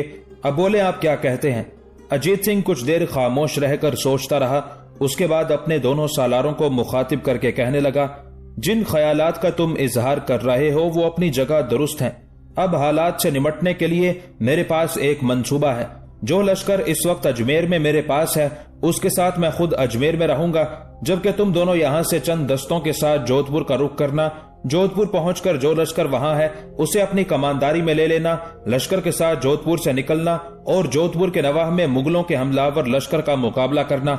लेकिन उस लश्कर के साथ मुकाबले के दौरान एक बात की एहतियात रखना, मुगलों के लश्कर पर हमलावर होते हुए तुम दोनों अपने लश्करियों के साथ जिसको चाहे कत्ल करते फिरो, जिसकी चाहे गर्दन मारो और जिसको चाहे अपने घोड़ों की टापों तले रौंद दो, लेकिन लश्कर के सालार शहाबुद्दीन और नायब सालार कावर्द खान को किसी किस्म का कोई गजन, किसी किस्म की कोई जर्ब नहीं आनी चाहिए। मेरे ख्याल में जब तुम हमलावर होकर उन दोनों को जख्मी नहीं करोगे और उनके लश्करियों का काम तमाम करते चले जाओगे तो वो खुद ही शिकस्त उठाकर भाग जाएंगे। इस तरह जब मैं उनके सामने आकर उनका मुकाबला नहीं करूंगा और वो तुम्हारे हाथों शिकस्त उठाकर भाग जाएंगे, तो बाद में जब मेरी पत्नी और बेटियों से मेरा सामना होगा और वो मुझ पर इंकशाफ करेंगी कि उस लश्कर की कमानदारी शहाबुद्दीन और कावर्द खान कर रहे थे, तो मैं तजाहुले आरिफाना से काम लेते हुए साफ इनकार कर दूंगा कि मुझे तो खबर भी ना थी कि उस लश्कर की कमानदारी शहाबुद्दीन और कावर्द खान कर रहे थे। और साथ ही मैं ये भी कह दूंगा कि इसके अलावा मैं उस लश्कर के सामने आया ही नहीं था। मेरे चंद सालारों ने मुकाबला करके उनको मार भगाया था। यहां तक कहने के बाद अजीत सिंह रुका, फिर अपने दोनों सालारों को मुखातिब करते हुए वो फिर कह रहा था, तुम दोनों ये भी जानते हो कि जोधपुर में मंसूर अली और सुल्तान अली ने कयाम किया हुआ है और ये दोनों बादशाहगरों के अजीजों और रिश्तेदार हैं। इसके अलावा उन दोनों के साथ 3 और अहम अशखास ने भी जोधपुर में कयाम किया हुआ है, वो बिरादू चंदा और देवराज हैं। उन तीनों ने तो शहाबुद्दीन और कावर्द खान के भाई और साबिक वजीर मोहम्मद अमीन खान के पोते मुश्तबा खान को कत्ल किया था, जबकि मंसूर अली और सुल्तान अली ने शहाबुद्दीन के बाप, उसके चचा और चच्ची को मौत के घाट उतारा था। मैं उन पांचों को जोधपुर में पनाह तो नहीं देना चाहता था, इसलिए कि मोहम्मद अमीन खान के खानदान के साथ मेरा रिश्ता कायम हो चुका था। लेकिन उन पांचों को पनाह देने के लिए मुझे बड़े बादशाहगर हसन अली ने कहा था और ऐसा करते वक्त उसने मुझे धमकी भी दी थी। अब ना हसन अली रहा है ना हुसैन अली, बादशाहगर जाते रहे। इस मौके पर तुम ये एहतियात रखना कि वो पांचों के पांचों जोधपुर शहर के अंदर ही रहें। अगर वो तुमसे ये इल्तिमास करें कि वो लश्कर में शामिल होना चाहते हैं तो उन्हें हरगिज लश्कर में शामिल ना करना, इसलिए कि लश्कर में शामिल होकर वो जरूर शहाबुद्दीन और कावर्द खान का खात्मा करने की कोशिश करेंगे और मैं ऐसा हरगिज पसंद नहीं करूंगा। बस यूं समझना कि शहाबुद्दीन और कावर्द खान की हिफाजत एक तरह से मेरी जिम्मेदारी है और तुम दोनों उस जिम्मेदारी को खूब निभाओगे। अब उठो, बाहर चलें ताकि मैं उन दस्तों को तैयार होने का हुक्म दूं जिन्होंने तुम्हारे साथ जोधपुर की तरफ जाना है। वो दोनों सालार उठ खड़े हुए, उनके साथ राजा अजीत सिंह भी खड़ा हुआ था। फिर तीनों खेमे से निकल गए थे। जोधपुर के राजा अजीत सिंह के वो दोनों सालार बड़ी तेजी और बर्क रफ्तारी से जोधपुर पहुंचे थे। जोधपुर में जो अजीत सिंह का एक बहुत बड़ा लश्कर था, उसकी कमानदारी उन दोनों ने संभाल ली। फिर लश्कर लेकर वो जोधपुर से निकले। जोधपुर से काफी दूर वो शहाबुद्दीन और कावर्द खान के लश्कर की राह रोक खड़े हुए थे। इस तरह जोधपुर से चंद मील के फासले पर दोनों लश्कर एक दूसरे से टकराए और अदावतों के खुमार, सुलगती अजियतों के जलते अजाब और हादसों की आंधियों की तरह एक दूसरे पर टूट पड़े थे। जोधपुर के नवाह में दोनों लश्करों के टकराने से मैदान जंग में कदम कदम पर रोग खड़े होने लगे थे। कुदरत के कड़वे कहर और गर्म शराबों के फरेब चारों तरफ रक्स कुना हो गए थे। जोधपुर के राजा अजीत सिंह के उन दोनों सालारों को शुरू ही से ये उम्मीद थी कि वो चूंकि मुगल लश्कर के मुकाबले में अच्छी खासी अददी फोकियत रखते हैं, इस बिना पर वो मुगलों के लश्कर को जोधपुर के नवाह में मार भगाने में कामयाब हो जाएंगे। लेकिन जंग जब तूल पकड़ने लगी तब जोधपुर के लश्करी परेशानी का शिकार होने लगे थे और फिर वक्त की आंख ने देखा, अचानक शहाबुद्दीन और कावर्द खान ने आहिस्ता आहिस्ता जंग के दौरान बड़ी तब्दीलियां पैदा करनी शुरू कर दी थी। पहले तो वो दोनों जमकर अजीत सिंह के लश्कर का मुकाबला करते रहे। कुछ देर तक उन्होंने अजीत सिंह के लश्कर पर खौफनाक हमले करते हुए उसके लश्कर की तादाद भी काफी हद तक कम की। उसके बाद शायद पहले से तयशुदा लाहे अमल को सामने रखते हुए उनके लश्कर के कुछ दस्ते दाएं बाएं फैलना शुरू हो गए थे। इस तरह दुश्मन का एक तरह से उन्होंने घेराव करना शुरू कर दिया था।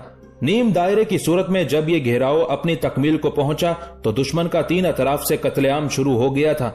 अब अजीत सिंह के दोनों सालारों की बदकिस्मती, उन्होंने तो बड़ी जुर्रतमंदी का मुजाहरा करते हुए जंग के शुरू ही में अपने लश्कर के सामने रहना पसंद किया था, इसलिए कि उन्हें उम्मीद थी कि वो अपने से बहुत कम तादाद रखने वाले दुश्मन को बहुत जल्द मार भगाएंगे। लेकिन अब तो चारों तरफ से उनका कत्लेआम शुरू हो गया था।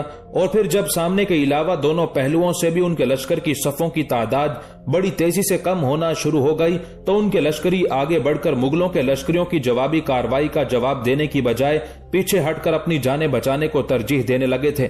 उस सूरत हाल ने अजीत सिंह के लश्कर के अंदर एक बदनज़मी और अफरा तफरी का आलम बर्पा कर दिया था। ये सूरत हाल देखते हुए शहाबुद्दीन कावर्द खान और उनके दूसरे सालारों ने अपने हमलों में मजीद तेजी और शिद्दत पैदा कर दी थी, और उस शिद्दत ने राजा अजीत सिंह के लश्कर को पूरी तरह जड़ों से हिलाकर रख दिया था। उसके लश्कर को बदतरीन शिकस्त हुई, अक्सरियत को मौत के घाट उतार दिया गया। बहुत कम अपनी जानें बचाकर जोधपुर की तरफ भागने में कामयाब हुए। एक खासी बड़ी तादाद को गिरफ्तार कर लिया गया। अजीत सिंह के उन दोनों सालारों की बदकिस्मती के गिरफ्तार होने वालों में वो दोनों भी शामिल थे। शहाबुद्दीन और कावर्द खान दोनों को इत्तला दे दी गई कि अजीत सिंह के लश्कर के जो 2 सालार थे वो गिरफ्तार हो चुके हैं। ताहम उन्होंने पहले उन्हें कोई अहमियत ना दी। जंग के फौरन बाद पहला काम उन्होंने ये किया कि जंग में काम आने वालों की तजहीज़ व तकफीन का सामान किया गया, जख्मियों की देखभाल की गई। जब वो उस काम से फारिग हुए तब दोनों अपने कुछ सालारों के साथ एक जगह बैठ गए और अजीत सिंह के उन दोनों सालारों को लाने का हुक्म दिया। जब दोनों सालार शहाबुद्दीन और कावर्द खान के सामने लाए गए तो दोनों ने उन्हें अपने सामने बैठने के लिए कहा।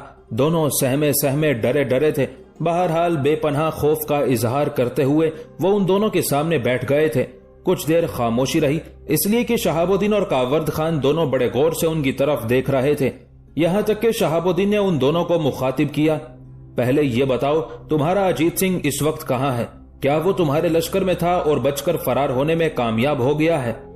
शहाबुद्दीन के उस सवाल के जवाब में उन सालारों में से एक कहने लगा, ऐसी कोई बात नहीं। इस लश्कर की कमांदारी मैं और मेरा ये साथी कर रहे थे। अजीत सिंह बजाते खुद इस लश्कर में शामिल नहीं था। वो तो इन दिनों अजमेर में कयाम किए हुए हैं। हम भी उसके साथ उसी लश्कर में कयाम किए हुए थे। वहीं उसके तलायागरों ने खबर दी कि मुगलों का एक लश्कर जोधपुर पर हमलावर होने के लिए कूच कर रहा है। लिहाजा उसने हम दोनों को उस लश्कर की कमांदारी करने के लिए रवाना किया जो जोधपुर में था, ताकि उस लश्कर के जरिए हम आपका मुकाबला करें। हमने अजीत सिंह के अहकामात की पैरवी की, जोधपुर से बाहर आपका मुकाबला किया। आगे हमारी बदकिस्मती के इस टकराव के दौरान आप लोग फाते रहे, शिकस्त हमारा मुकद्दर बनी। वो सालार जब खामोश हुआ तब शहाबुद्दीन ने फिर उसे मुखातिब किया, मुगल हुकूमत से बगावत तुम दोनों ने नहीं, अजीत सिंह ने की थी। अजमेर के अंदर मस्जिदें तुम दोनों ने नहीं, अजीत सिंह ने गिराई थी। लोगों पर मजालिम भी उसने किए थे। इसके अलावा अपनी रियासत की हदूद में उसी ने गाय की कुर्बानी से मुसलमानों को सख्ती से मना कर दिया था। और फिर हद ये कि उसने सख्त अहकामात जारी करते हुए मुसलमानों के लिए मस्जिदों में नमाज अदा करने पर भी पाबंदी लगा दी थी। मुसलमानों के खिलाफ ये अहकामात जारी करने के बाद अजीत सिंह को खुद हमारे मुकाबले आना चाहिए था। मुकाबला करके साबित करता कि जो अहकामात उसने जारी किए हैं वो अहकामात जारी करने और उन पर अमल कराने की वो जुर्रत और हिम्मत रखता है। अब अगर वो अजमेर में बैठा हुआ है और वहां बैठकर ख्याल करता है कि वो वहां महफूज है, तो ये उसकी गलतफहमी, उसकी कम अकली है। उसका क्या ख्याल है कि एक बार मुकाबला करने के बाद हम जोधपुर के नवाही से वापस दिल्ली भाग जाएंगे?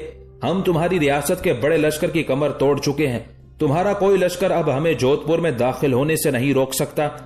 हमारी तरफ से तुम दोनों को इजाजत है कि अपना कोई लश्करी, अपना कोई मुखबिर अजमेर की तरफ रवाना कर सकते हो और राजा अजीत सिंह को यह पैगाम भिजवा दो कि जोधपुर, जो उसकी रियासत का मरकजी शहर है, अब हमारे सामने है। हम उस पर काबिज होंगे। अगर वो जोधपुर की हिफाजत कर सकता है तो करे, और जोधपुर पर अपनी गिरफ्त करने के बाद हम अजमेर का रुख करेंगे और फिर देखेंगे अजमेर में अजीत सिंह अपने आप को कैसे महफूज रखता है और जो इंतहा दर्जे के नामाकूल अहकामात उसने जारी किए हैं उन पर वो कैसे अमल कराने में कामयाब होता है। यहां तक कहने के बाद शहाबुद्दीन रुका, कुछ सोचा, फिर कहने लगा, अजीत सिंह से मुतालिक जो कुछ मैंने तुम दोनों से कहना था कह चुका।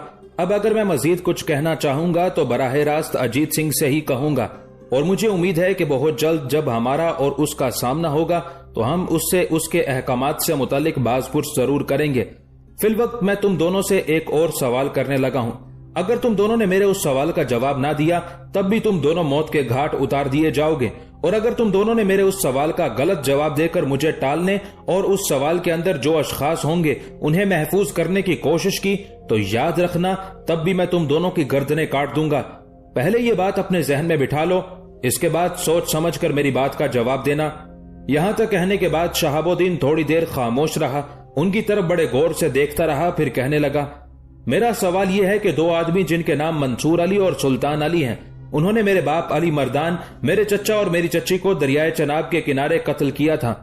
उन दो के अलावा 3 हिंदू थे, एक का नाम बिरादू, दूसरे का नाम चंदर, तीसरे का नाम देवराज है।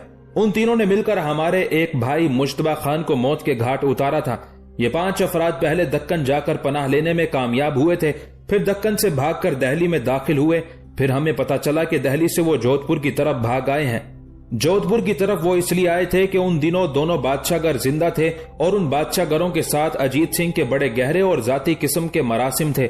इसी बिना पर बादशाहगरों ने उन 5 कातिलों को दहली से जोधपुर की तरफ रवाना कर दिया था। अब मेरा सवाल तुम दोनों से यह है कि पहले यह बताओ कि वो 5 अफराद इस वक्त जोधपुर में कहां कयाम किए हुए हैं। शहाबुद्दीन के उस सवाल पर वो दोनों बोखला से गए थे। दोनों के चेहरों पर पिलाहट आ गई थी और एक दूसरे की तरफ अजीब से अंदाज में देखने लगे थे। उनकी उस हालत को देखते हुए शहाबुद्दीन और कावर्द खान मुस्कुरा रहे थे। शायद उन्होंने जान लिया था कि उन 5 के ठिकाने का इन्हें इल्म है। इसी बिना पर इनके चेहरों पर बौखलाहट बिखर गई है। फिर उनमें से एक शहाबुद्दीन की तरफ देखते हुए कहने लगा, क्या हमें सिर्फ लम्हा भर के लिए आपस में मशवरा करने का मौका देंगे? हम एक दूसरे के कान में गुफ्तगू करने की इजाजत तलब करते हैं। शहाबुद्दीन कहने लगा, हाँ, तुम्हें ऐसा करने की इजाजत है। शहाबुद्दीन की इजाजत देने पर वो दोनों थोड़ी देर तक एक दूसरे से बड़ी राजदाराना गुफ्तगू करते रहे। शायद वो किसी नतीजे पर पहुंच गए थे, इसलिए कि उनके चेहरों पर अब किसी कदर इत्मीनान था। फिर एक सालार शहाबुद्दीन की तरफ देखते हुए कहने लगा, आप पहले हमें यह बताएं कि आप में से शहाबुद्दीन कौन है और कावर्द खान कौन है? शहाबुद्दीन खुशकुन लहजे में कहने लगा, मैं शहाबुद्दीन हूं, मेरे साथ मेरा भाई कावर्द खान है। इस पर वो सालार फिर बोल उठा, मैं आप दोनों से पहली बात यह कहूं कि अजीत सिंह आप दोनों के मुकाबले पर इसलिए नहीं आया कि उसने हम पर इंकशाफ किया था कि उसका आप लोगों के साथ एक रिश्ता है और जंग में आपके सामने आकर वो उस रिश्ते को मुनक़ते नहीं करना चाहता। इस बिना पर खुद आने की बजाय उसने हम दोनों को लश्कर की कमांडरी करने के लिए भेज दिया, जबकि खुद उसने अजमेर ही में कयाम रखा। अब आपने सवाल ये किया है कि 5 कातिल दहली से भागकर जोधपुर में आए थे। मैं और मेरा साथी इस बात को तस्लीम करते हैं कि 5 कातिल वाकई दहली से भागकर जोधपुर में आए थे और हमें यह भी खबर है कि जोधपुर में उनका कहां कयाम है और उनकी हिफाजत का भी खातिर ख्वाह सामान किया हुआ है। अब हम एक शर्त पर उन 5 को आपके हवाले करने के लिए तैयार हैं, बशर्ते कि आप हम दोनों की जान बख्शी कर दें। उस सालार के उन अल्फाज के जवाब में बेपनाह खुशी का इजहार करते हुए लम्हा भर के लिए शहाबुद्दीन और कावर्द खान ने एक दूसरे की तरफ देखा। निगाहों निगाहों में दोनों भाइयों ने कोई फैसला किया। फिर शहाबुद्दीन कहने लगा, हमें तुम्हारा ये फैसला मंजूर है, पर एक बात याद रखना, हमारे साथ ये वादा करने के बाद अगर तुम दोनों ने किसी तरीके से उन्हें भगाने की कोशिश की तो हम तुम दोनों को ऐसी अजियतनाक मौत मारेंगे कि इससे पहले कभी तुम दोनों ने वो अजियतनाकी सुनी ना होगी। इस मौके पर मैं ये फैसला कर रहा हूं कि तुम दोनों में से एक यहां मेरे पास रहेगा, दूसरा हमारे चंद दस्तों के साथ शहर में दाखिल होगा और उन 5 को पकड़कर मेरे पास लाया जाएगा। अगर तुम शहर में दाखिल होने के बाद मेरे मुसल्ला दस्तों के साथ गद्दारी करोगे, उन पर अपने बचे कुचे लश्करियों के जरिए हमला करके उनके लिए खतरे का बायस बनोगे, तो याद रखना, ये जो अभी तक हमारे पास तुम्हारे अनगिनत कैदी और तुम्हारा ये साथी जो हमारे पास होगा, इन सब को हम मौत के घाट उतारने के बाद जोधपुर शहर पर हमलावर होंगे। न सिर्फ शहर की ईंट से ईंट बजाएंगे, बल्कि शहर की पूरी आबादी को भी एक कर्ब खेज अजाब से गुजरना होगा। इस बिना पर मैं तुम्हें पहले ही कहे देता हूं, बददियानती अहद शिकनी से काम ना लेना। अब तुम में से एक जो चाहे जोधपुर जाने के लिए तैयार हो जाए, मैं अपने कुछ मुसल्ला दस्तों को उसके साथ भिजवाता हूं। जवाब में उन दोनों ने सलाह मशवरा किया। फिर उनमें से एक जाने पर रजामंद हुआ था। कावर्द खान ने उसके साथ चंद दस्ते रवाना किए। इस तरह वो सालार जोधपुर की तरफ हो लिया था। अजीत सिंह के उस सालार को शहाबुद्दीन ने क्योंकि सख्त धमकी दी थी, लिहाजा उसने अहद शिकनी नहीं की। जो मुसल्ला दस्ते कावर्द खान ने उसके साथ भेजे थे, उन्हीं की निगरानी में वो मंसूर अली, सुल्तान अली के अलावा मुश्तबा खान के 3 कातिलों बिरादू, चंदर और देवराज को भी ले आया था। उसकी उस कारगुजारी से शहाबुद्दीन और कावर्द खान खुश हुए थे। उन 5 को लाकर जब शहाबुद्दीन और कावर्द खान के सामने ला खड़ा किया गया, तब वो 5 उन दोनों को देखकर हल्दी होकर रह गए थे। चेहरे पर वहशत बिखर गई थी, आंखों में खौफ रक्स करने लगा था। शहाबुद्दीन और कावर्द खान दोनों थोड़ी देर तक उनकी उस कैफियत को देखते हुए लुत्फ अंदोज होते रहे। फिर मंसूर अली और सुल्तान अली की तरफ देखते हुए शहाबुद्दीन कहने लगा, मेरा नाम शहाबुद्दीन है, तुम लोगों ने मुझे पहचान लिया होगा। मेरे साथ मेरा भाई कावर्द खान है। अगर तुम दोनों ने मुझे नहीं पहचाना तो मैं तुम दोनों को थोड़ा सा इशारा दे देता हूँ। जरा अपने जहन पर जोर डालो और दरियाए चनाब का खूनी किनारा याद करो। मैं उस अली मर्दान का बेटा हूँ जिसे तुम दोनों और तुम्हारे भेड़िया नुमा साथियों ने हमलावर होकर उसे, उसके भाई और भावज के साथ कत्ल कर दिया था। और उस टकराव के दौरान मैं मौजूद था। तुम दोनों को मैंने अपनी आंखों से देखा था। जालिमों, कत्ल करने के बाद तुम दक्कन की तरफ क्यों भाग गए थे? दहली का रुख करते, हमारे साथ मुकाबला करते, मगर लोमड़ी का किरदार अदा करने के लिए दक्कन से दहली की तरफ भाग आए। वहां भी जहनी और कल्बी सुकून हासिल ना हुआ तो अजीत सिंह के शहर जोधपुर में पनाह ली। याद रखना, इंसान कहीं भी चला जाए, आसमान की बुलंदियों को नाप ले, कहकशां में उतर जाए, जमीन की तह में चला जाए, जब कज़ा उसके ताक़ुब में लग जाती है तो फिर वो बच नहीं पाता। हम भी कज़ा बनकर तुम्हारे पीछे लग गए थे और देख लो आज तुम्हें तलाश करने में कामयाब हो गए हैं। यहां तक कहने के बाद शहाबुद्दीन रुका, फिर अपनी बात को आगे बढ़ाता हुआ वो कह रहा था, तुम्हारे दोनों पुश्तबान बड़ा बादशाहगर और छोटा बादशाहगर अपने अंजाम बद को पहुंच चुके हैं। तुम दोनों के भाई सफदर अली और आलम अली दोनों ही आमाले बद की वजह से अदम को सिधार चुके हैं। अगर तुम दोनों ने किसी का कत्ल ना किया होता, वैसे ही मारपीट की होती तो मैं यकीनन तुम दोनों को माफ कर देता, लेकिन तुम तो कातिल हो और तुम दोनों के कत्ल का मैं खुद ऐनी शाहिद भी हूं। दोनों थोड़ी देर रुको, तुम्हारी सजा तजवीज हो चुकी है, जल्द ही उस पर अमल दरामद भी होता है। उसके बाद बिरादू, चंद्र और देवराज, उन तीनों को उन दोनों के सामने लाया गया।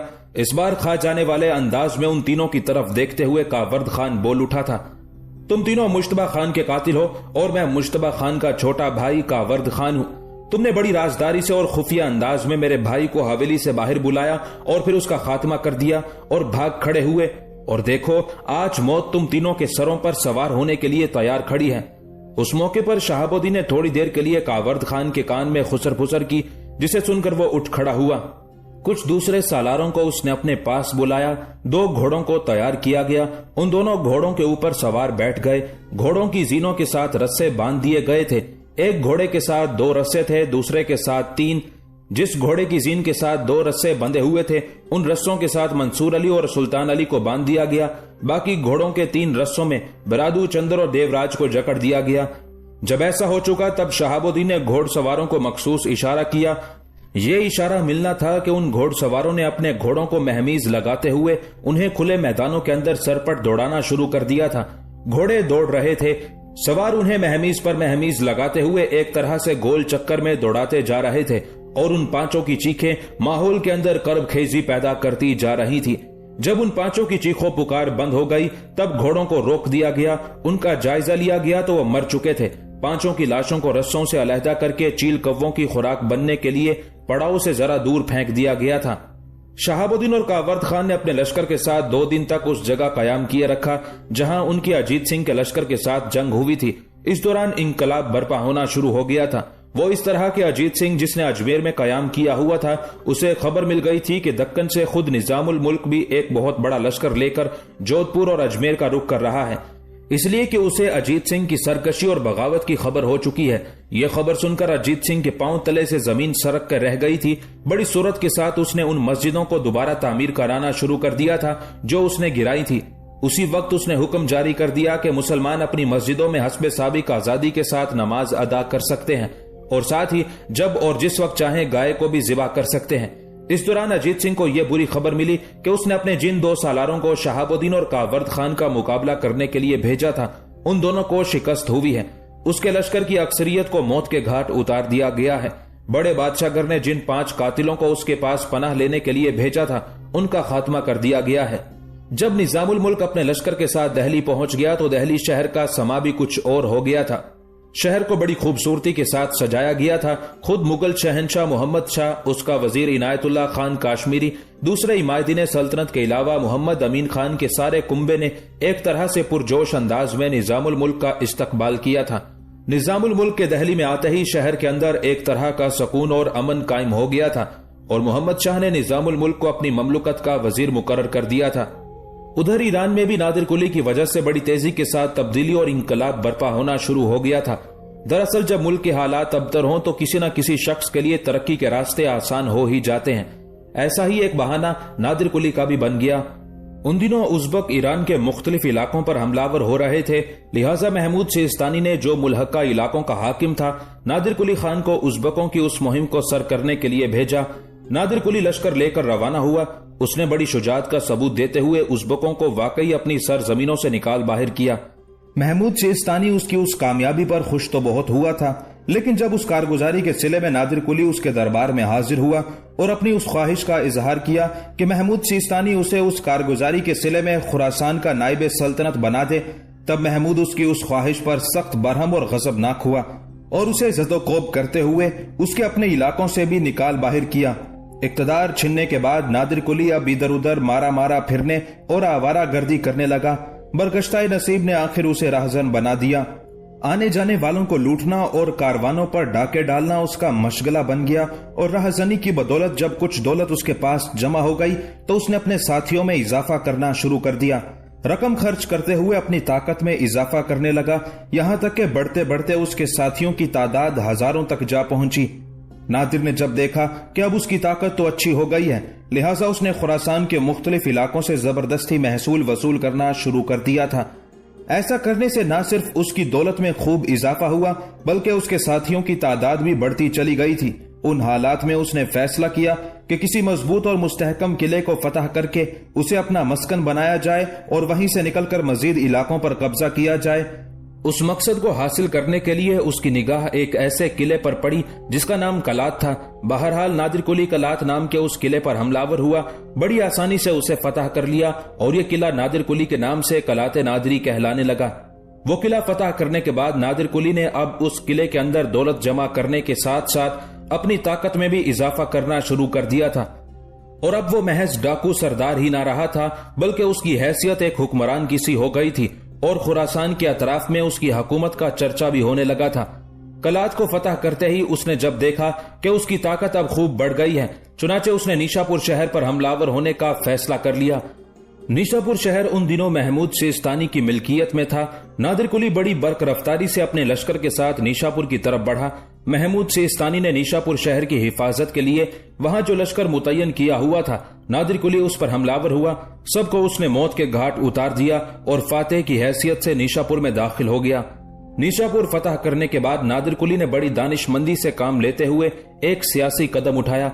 दरअसल उन दिनों ईरान के साबिक बादशाह सुल्तान हुसैन का बेटा तहमासप जिंदा था और उसने माजनदान में कयाम कर रखा था। वो बादशाह कहलाता था और उसने अपना दरबार भी लगा रखा था। इसके अलावा उसे काचार कबीले के सरदार फतेह अली की हिमायत भी हासिल थी। साथ ही तहमासप के पास उस वक्त 3000 का एक लश्कर भी मौजूद था। नादिर कुली ने उस मौके पर यह सोचा कि अगर वो अकेला ही इस किस्म की मुहिम जुई करता रहे तो वो खास तरक्की नहीं कर सकेगा, इसलिए कि वो कितनी भी फतुहात कर ले, लोगों की तवज्जो ज्यादातर ईरान के साबिक बादशाह सुल्तान हुसैन के बेटे तहमासप की तरफ रहेगी। इसलिए कि वो सफवी खानदान का फर्जंद था और सफवी खानदान की ईरान में बड़ी कदर कीमत थी। इस बिना पर निशापुर को फतह करने के बाद नादिर कुली ने वहां तहमासप सफवी के नाम पर हुकूमत कायम की और उसने तहमासप सफवी की मुलाजमत इख्तियार करने का भी ऐलान कर दिया। फिर चंद ही दिन का वक्फा डालकर अपने लश्कर के साथ वो हरकत में आया। अब उसके पास 5000 का एक लश्कर था। उस लश्कर के साथ वो फर्रुखाबाद पहुंचा। ये माजनदान का इलाका था जहां तहमासप सफवी ने कयाम किया हुआ था। नादिर कुली उसकी खिदमत में हाजिर हुआ और इरादा जाहिर किया कि अब हमें मजीद पेशकदमी करनी चाहिए और पूरे ईरान पर कब्जा कर लेना चाहिए। तहमासप ने उससे इत्तेफाक किया। अब 5000 का लश्कर नादिर कुली के पास था, 3000 तहमासप के पास। दोनों के लश्कर की तादाद 8000 हो गई थी। नादिर कुली एक इंतकामी इंसान भी था। उसने तहमासप सफवी की मुलाजमत तो इख्तियार कर ली थी, लेकिन तहमासप ज्यादातर एतमाद काचार कबीले के सरदार फतेह अली खान पर करता था। लिहाजा फतेह अली खान नादिर कुली के दिल में कांटे की तरह खटकने लगा। उस मौके पर नादिर कुली ने तहमासप को मशवरा दिया कि अब माजनदान से निकलकर खुरासान का रुख करना चाहिए और पूरे खुरासान पर कब्जा करने के बाद दूसरे इलाकों का रुख करना चाहिए। तहमासप ने उससे इत्तेफाक किया, लिहाजा खुरासान की तरफ रवाना हुए। काचार कबीले का सरदार फतेह अली खान भी उनके साथ था। 8000 के लश्कर के साथ तहमासप सफवी, नादिर कुली और फतेह अली खान ने खुरासान का रुख किया। फतेह अली खान को चूंकि नादिर कुली नापसंद करता था, इसलिए कि तहमासप सफवी एक तरह से उसे अपना नाइब ख्याल करता था। इस बिना पर रकाबत के जज्बे में डूबकर नादिर कुली ने रास्ते में फतेह अली खान को ठिकाने लगा दिया और इस तरह अपना रास्ता उसने साफ कर लिया था। तहमासप ने नादिर कुली के उस फेल को दिल पर पत्थर रखकर गवारा कर लिया और उसे अपने लश्कर का सिपह सालारे आला मुकर्रर कर दिया था।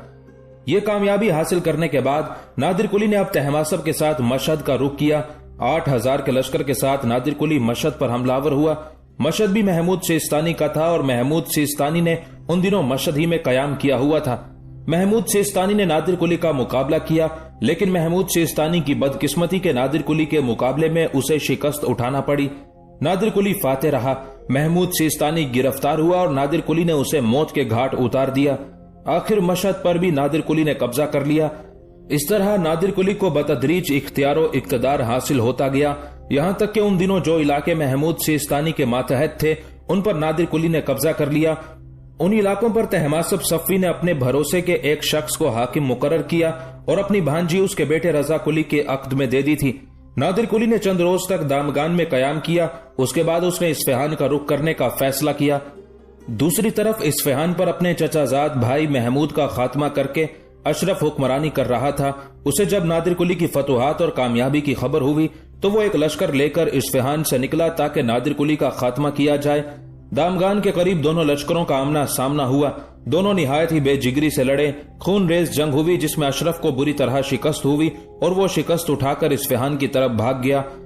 इस्फहान पहुंचकर अशरफ ने सबसे पहले अपने अजीजो अकारिब और कुंबे के लोगों को किले के अंदर महफूज कर दिया और एक बार फिर अपना लश्कर उस्तवार करके इस्फहान से लगभग 36 मील के फासले पर खोद के मकाम पर पड़ाव कर लिया। नादिर कुली को उसकी उस कार्रवाई का इल्म हो चुका था। उसने तहमासप को दामगान में छोड़ा और खुद लश्कर लेकर इस्फहान की तरफ बढ़ा। ईरान के लोग अब सफवी खानदान की अजमत को भूलकर और फरामोश करते हुए नादिर कुली को ही अपना निजात दहिंदा समझने लगे थे। जिधर से भी उसका गुजर होता नौजवान अपनी खिदमात पेश करते और उसके लश्कर में शामिल हो जाते। इस तरह बड़ी तेजी से नादिर कुली के लश्कर में इजाफा होना शुरू हो गया था। ये मौका ईरान के सफियों के लिए गैरत और नस्ली वकार का सवाल था, तो दूसरी तरफ अशरफ और उसके लश्करियों के लिए जिंदगी और मौत का मसला था। नादिर कुली को खबर हो चुकी थी कि अशरफ ने खोद के मकाम पर अपने लश्कर के साथ डेरे डाल दिए हैं, लिहाजा उसने सीधा उधर ही का रुख किया। नादिर कुली जब वहां पहुंचा तो अशरफ के साथ उसका खौफनाक टकराव हुआ। उस टकराव में भी नादिर कुली ने अशरफ को एक बार फिर बदतरीन शिकस्त दी और अशरफ के लगभग 4000 साथी उस जंग में काम आए। एक बार फिर मैदान जंग से भागते हुए उसने इस्फहान की राह ली। इस्फहान पहुंचते ही अशरफ ने अपने साथियों और अहले खाना के साथ वहां से भी निकलने की तैयारी शुरू कर दी। अगले रोज जब सुबह का सूरज तलु हुआ तो अपने कुंबे, कबीले और साथियों के साथ कारवान की सूरत में इस्फहान से निकलकर शिराज की तरफ रवाना हो गया था। इस्फहान से कूच करते वक्त उसने ईरान के साबिक सफवी बादशाह सुल्तान हुसैन को कत्ल कर दिया ताकि वो ये ना देख सके कि उसका तख्तो ताज छीनने वाले मौत से बचने के लिए पनाहगाह ढूंढ रहे हैं। खुद की फतह के बाद नादिर कुली फातिहाना अंदाज में इस्फहान में दाखिल हुआ और सबसे पहले उसने इस्फहान को फतह करने वाले महमूद खान के मकबरे को नाबूद और मुनहदिम कर दिया ताकि अफगानों की फतह का ये निशान बाकी ना रहे। उस वक्त तहमासप के पास जो ईरानी लश्कर था उसे लेकर वो तेहरान की तरफ बढ़ना शुरू हुआ था। उसे जब इस्फहान की फतह की खबर मिली तो उसने तेहरान की बजाय इस्फहान का रुख किया और जिस रोज नादिर कुली इस्फहान में फातेह की हैसियत से दाखिल हुआ उसके चंद ही रोज बाद वो भी इस्फहान में दाखिल हो गया। ईरानी मुअर्रिखीन का बयान है कि जब उसने सफियों के बनाए हुए महल्लात को शिकस्ता हालत में देखा तो उसकी आंखों से आंसू बह निकले। यहाँ अपनी वालिदा को बाकायदे हयात देखकर दुख के साथ साथ उसको हैरत और खुशी भी हासिल हुई। इस्फहान से निकलने के बाद गिलजइयों का सरबराह अशरफ अपने साथियों और लश्कर के साथ एक कारवान की सूरत में मंजिल पर मंजिल मारता हुआ शिराज का रुख कर रहा था। आखिर वो बाखैरियत शिराज पहुंचने में कामयाब हो गया और वहां उसे लश्कर को मुनज़्ज़म करने के लिए वक्त भी मिल गया। इस्फहान में दाखिल होने के बाद तहमासप ने नादिर कुली को सबसे पहला मशवरा यह दिया कि वो अपने लश्कर के साथ फिलफौर अशरफ के ताकुब में निकल खड़ा हो और उसकी ताकत और कुव्वत का मुकम्मल तौर पर खात्मा कर दे। लेकिन नादिर कुली ने यह बात मानने से इनकार कर दिया। उल्टा उसने पहले यह मुतालबा कर दिया कि सबसे पहले मुल्क में महसूलात आयद करने का इख्तियार उसे हासिल होना चाहिए। ये इख्तियार गोया दूसरे लफ्जों में हुकूमत का मुकम्मल इख्तियार था, लेकिन नादिर का यह मुतालबा मानने के सिवा अब तहमासप के पास कोई चारा भी नहीं था। तहमासप तो उसके हाथ में खिलौना था जिसे जब और जिस वक्त नादिर कुली चाहता मौत के घाट उतार सकता था। इसलिए कि उसके पास लश्कर तो था ही नहीं, जबकि ईरान के लोग भी अब सफियों की अजमत को फरामोश करते हुए नादिर कुली की तरफ रागिब होना शुरू हो गए थे। लिहाजा तहमासप ने नादिर कुली को यह इख्तियार दे दिया था।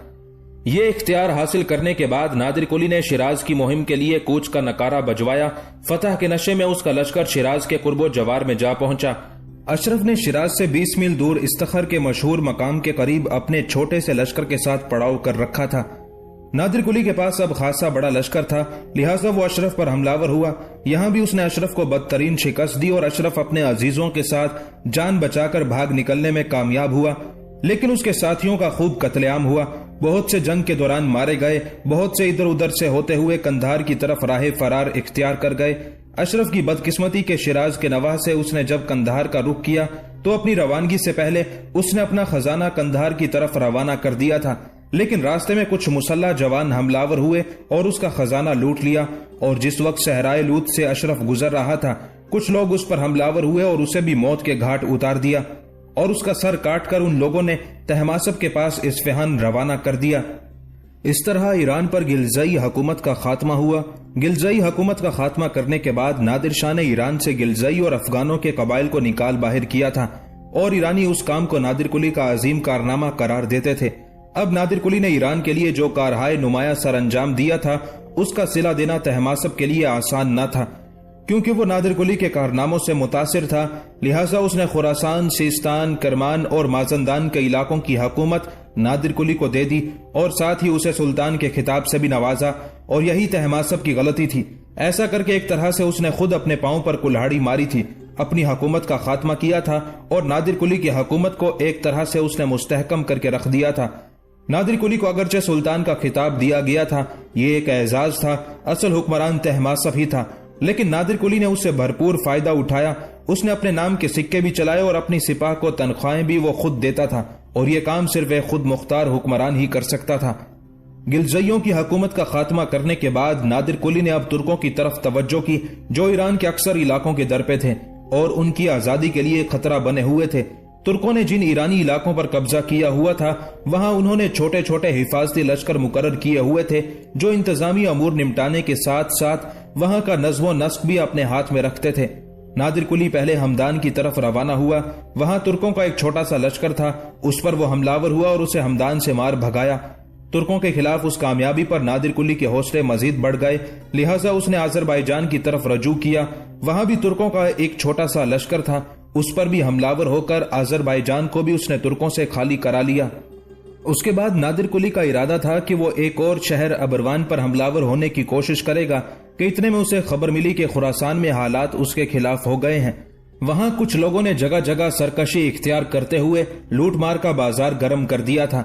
लिहाजा अबरवान की तरफ पेशकदमी करने की बजाय नादिर कुली पलटा, खुरासान का रुख किया। वहां जिन लोगों ने बगावतें खड़ी की थी उन पर काबू पाने की कोशिश करने लगा। अब ईरान पर एक तरह से दो हुक्मरान थे, एक तहमासप सफी और दूसरा नादिर कुली। नादिर कुली ने चूंकि अबरवान पर हमलावर होने का इरादा किया था, फिर खुरासान के खराब होते हालात को देखते हुए वो खुरासान की तरफ चला गया था। उसके खुरासान की तरफ चले जाने से तहमासप ने फायदा उठाने का इरादा किया। उसके पास एक खासा बड़ा लश्कर जमा हो चुका था। उसने फैसला किया कि नादिर कुली फतुहात पर फतुहात हासिल करता जा रहा है। अबरवान पर वो हमलावर होना चाहता था, लेकिन उसे खुरासान के हालात दुरुस्त करने के लिए वापस जाना पड़ा। इस बिना पर तहमासप ने फैसला किया कि वो खुद अबरवान पर हमलावर होगा और फतह हासिल करके अपने लोगों का हर दिल अजीज हुक्मरान बनने की कोशिश करेगा।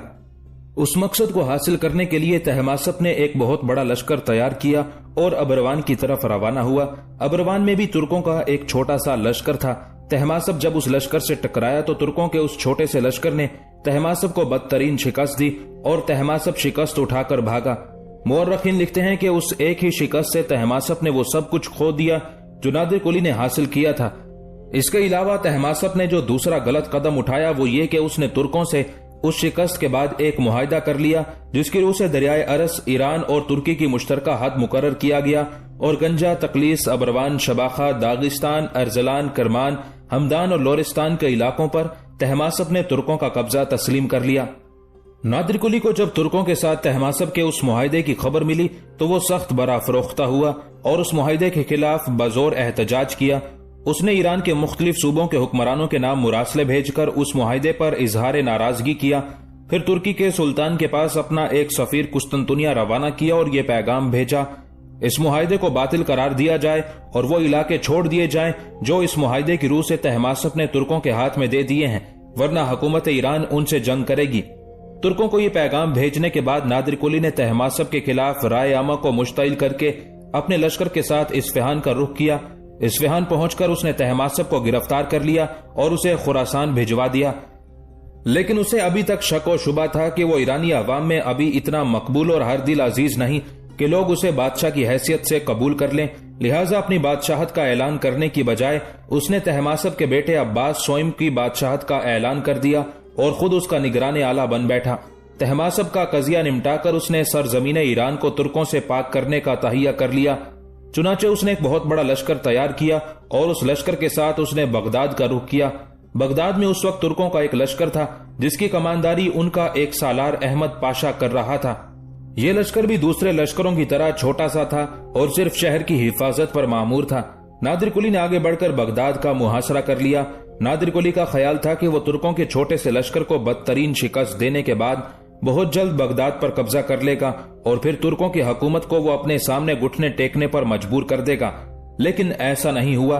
तुर्कों के सालार अहमद पाशा के पास क्योंकि छोटा सा लश्कर था, लिहाजा उसने शहर से बाहर निकलकर नादिर कुली का मुकाबला ना किया, बल्कि वो अपने छोटे से लश्कर के साथ शहर के अंदर महसूर हो गया और नादिर कुली के जानलेवा हमलों की उसने शदीद मुजाहमत की।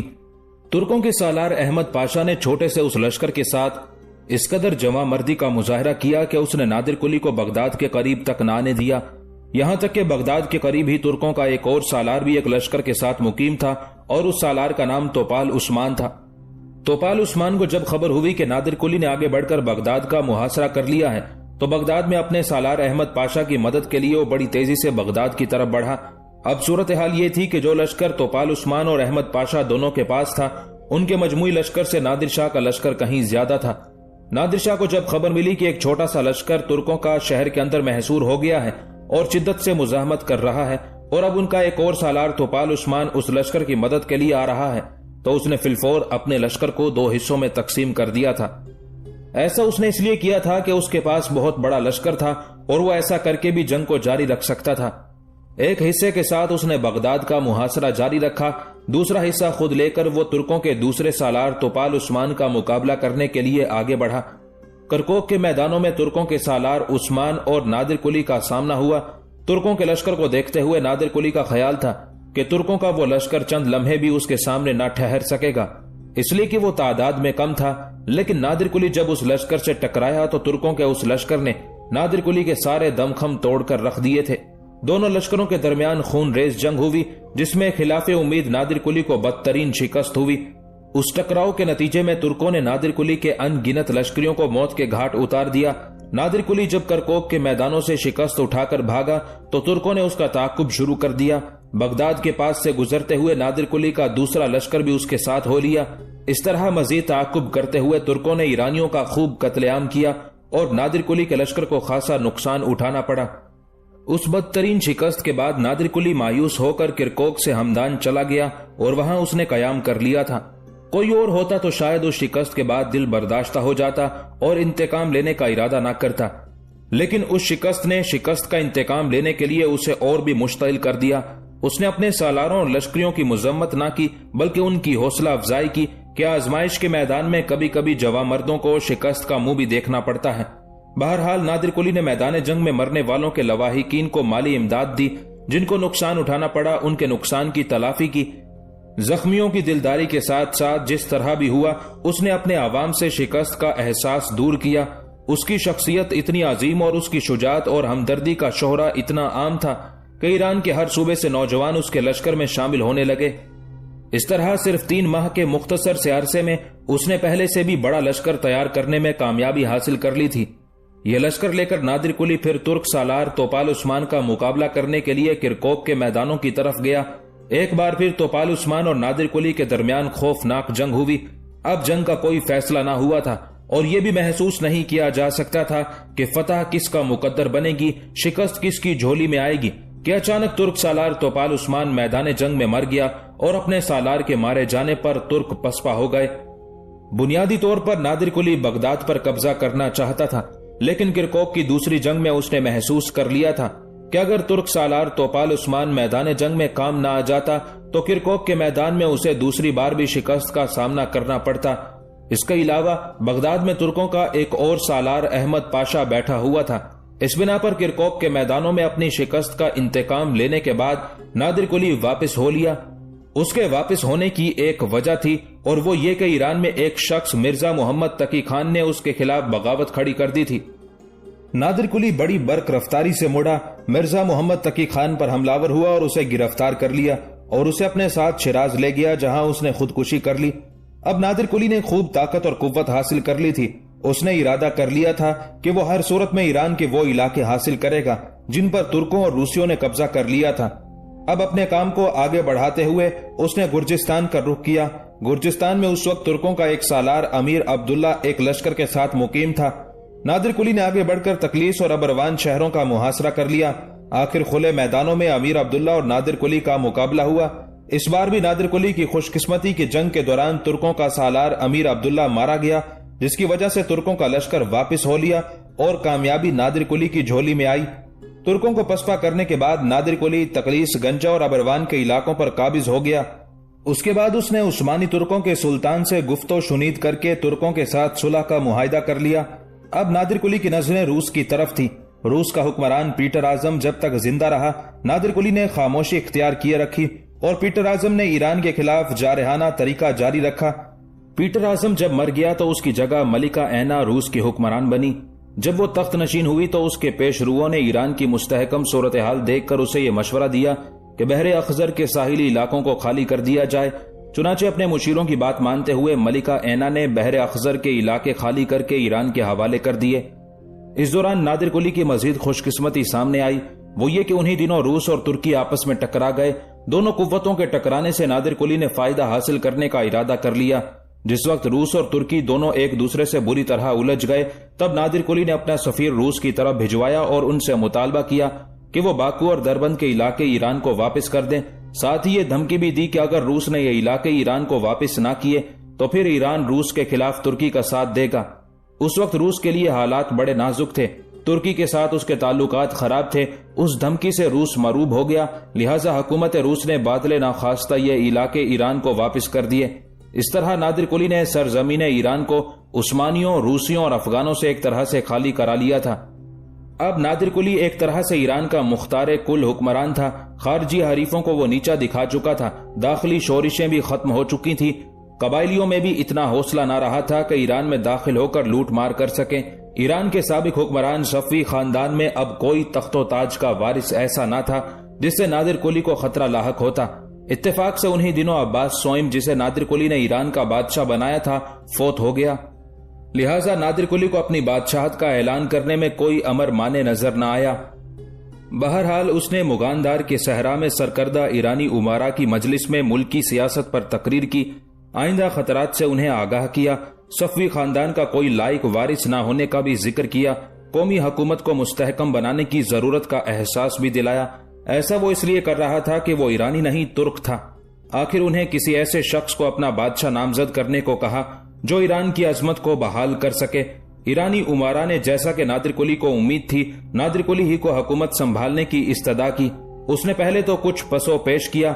आखिर उमारा के इसरार पर उसने ईरान का बादशाह बनने की हामी भर ली, लेकिन उस मकसद के लिए उसने 3 शराइत पेश की जो ईरान के सब उमारा ने कबूल कर ली। पहली शर्त यह थी कि हुकूमत नादिर कुली के खानदान में मौरूसी रहेगी। दूसरी शर्त यह थी कि कोई शख्स साबिक सफवी खानदान के किसी फर्द को तख्तो ताज हासिल करने में मदद नहीं देगा। तीसरी सबसे अहम शर्त यह थी कि अहले ईरान सुन्नी मजहब कबूल कर लेंगे। हैरत अंगेज बात यह है कि सारे ईरानी उमारा ने नादिर कुली को अपना बादशाह तस्लीम कर लिया और उसकी उस पेश करदा 3 शराइत को भी कबूल कर लिया। इस तरह नादिर कुली ईरान का शहंशाह बना। शहंशाह बनने के बाद नादिर कुली ने अपनी ताजपोशी की रस्म अदा करने का फैसला किया। ताजपोशी की रस्म अदा करने के लिए एक खास ऐवान तामीर करवाया गया और तकरीब के लिए नजूमियों ने वक्त और दिन मुकर्रर किया। ईरान की अजीम रिवायात के मुताबिक नादिर कुली के सर पर ताजे शाही रखा गया और नादिर कुली के लक़ब से सरजमीन ईरान का बादशाह बन गया। उस मौके पर नादिर कुली ने हीरों और जवाहरात के तख्त पर बैठकर रियाया का खिराजे अकीदत कबूल किया।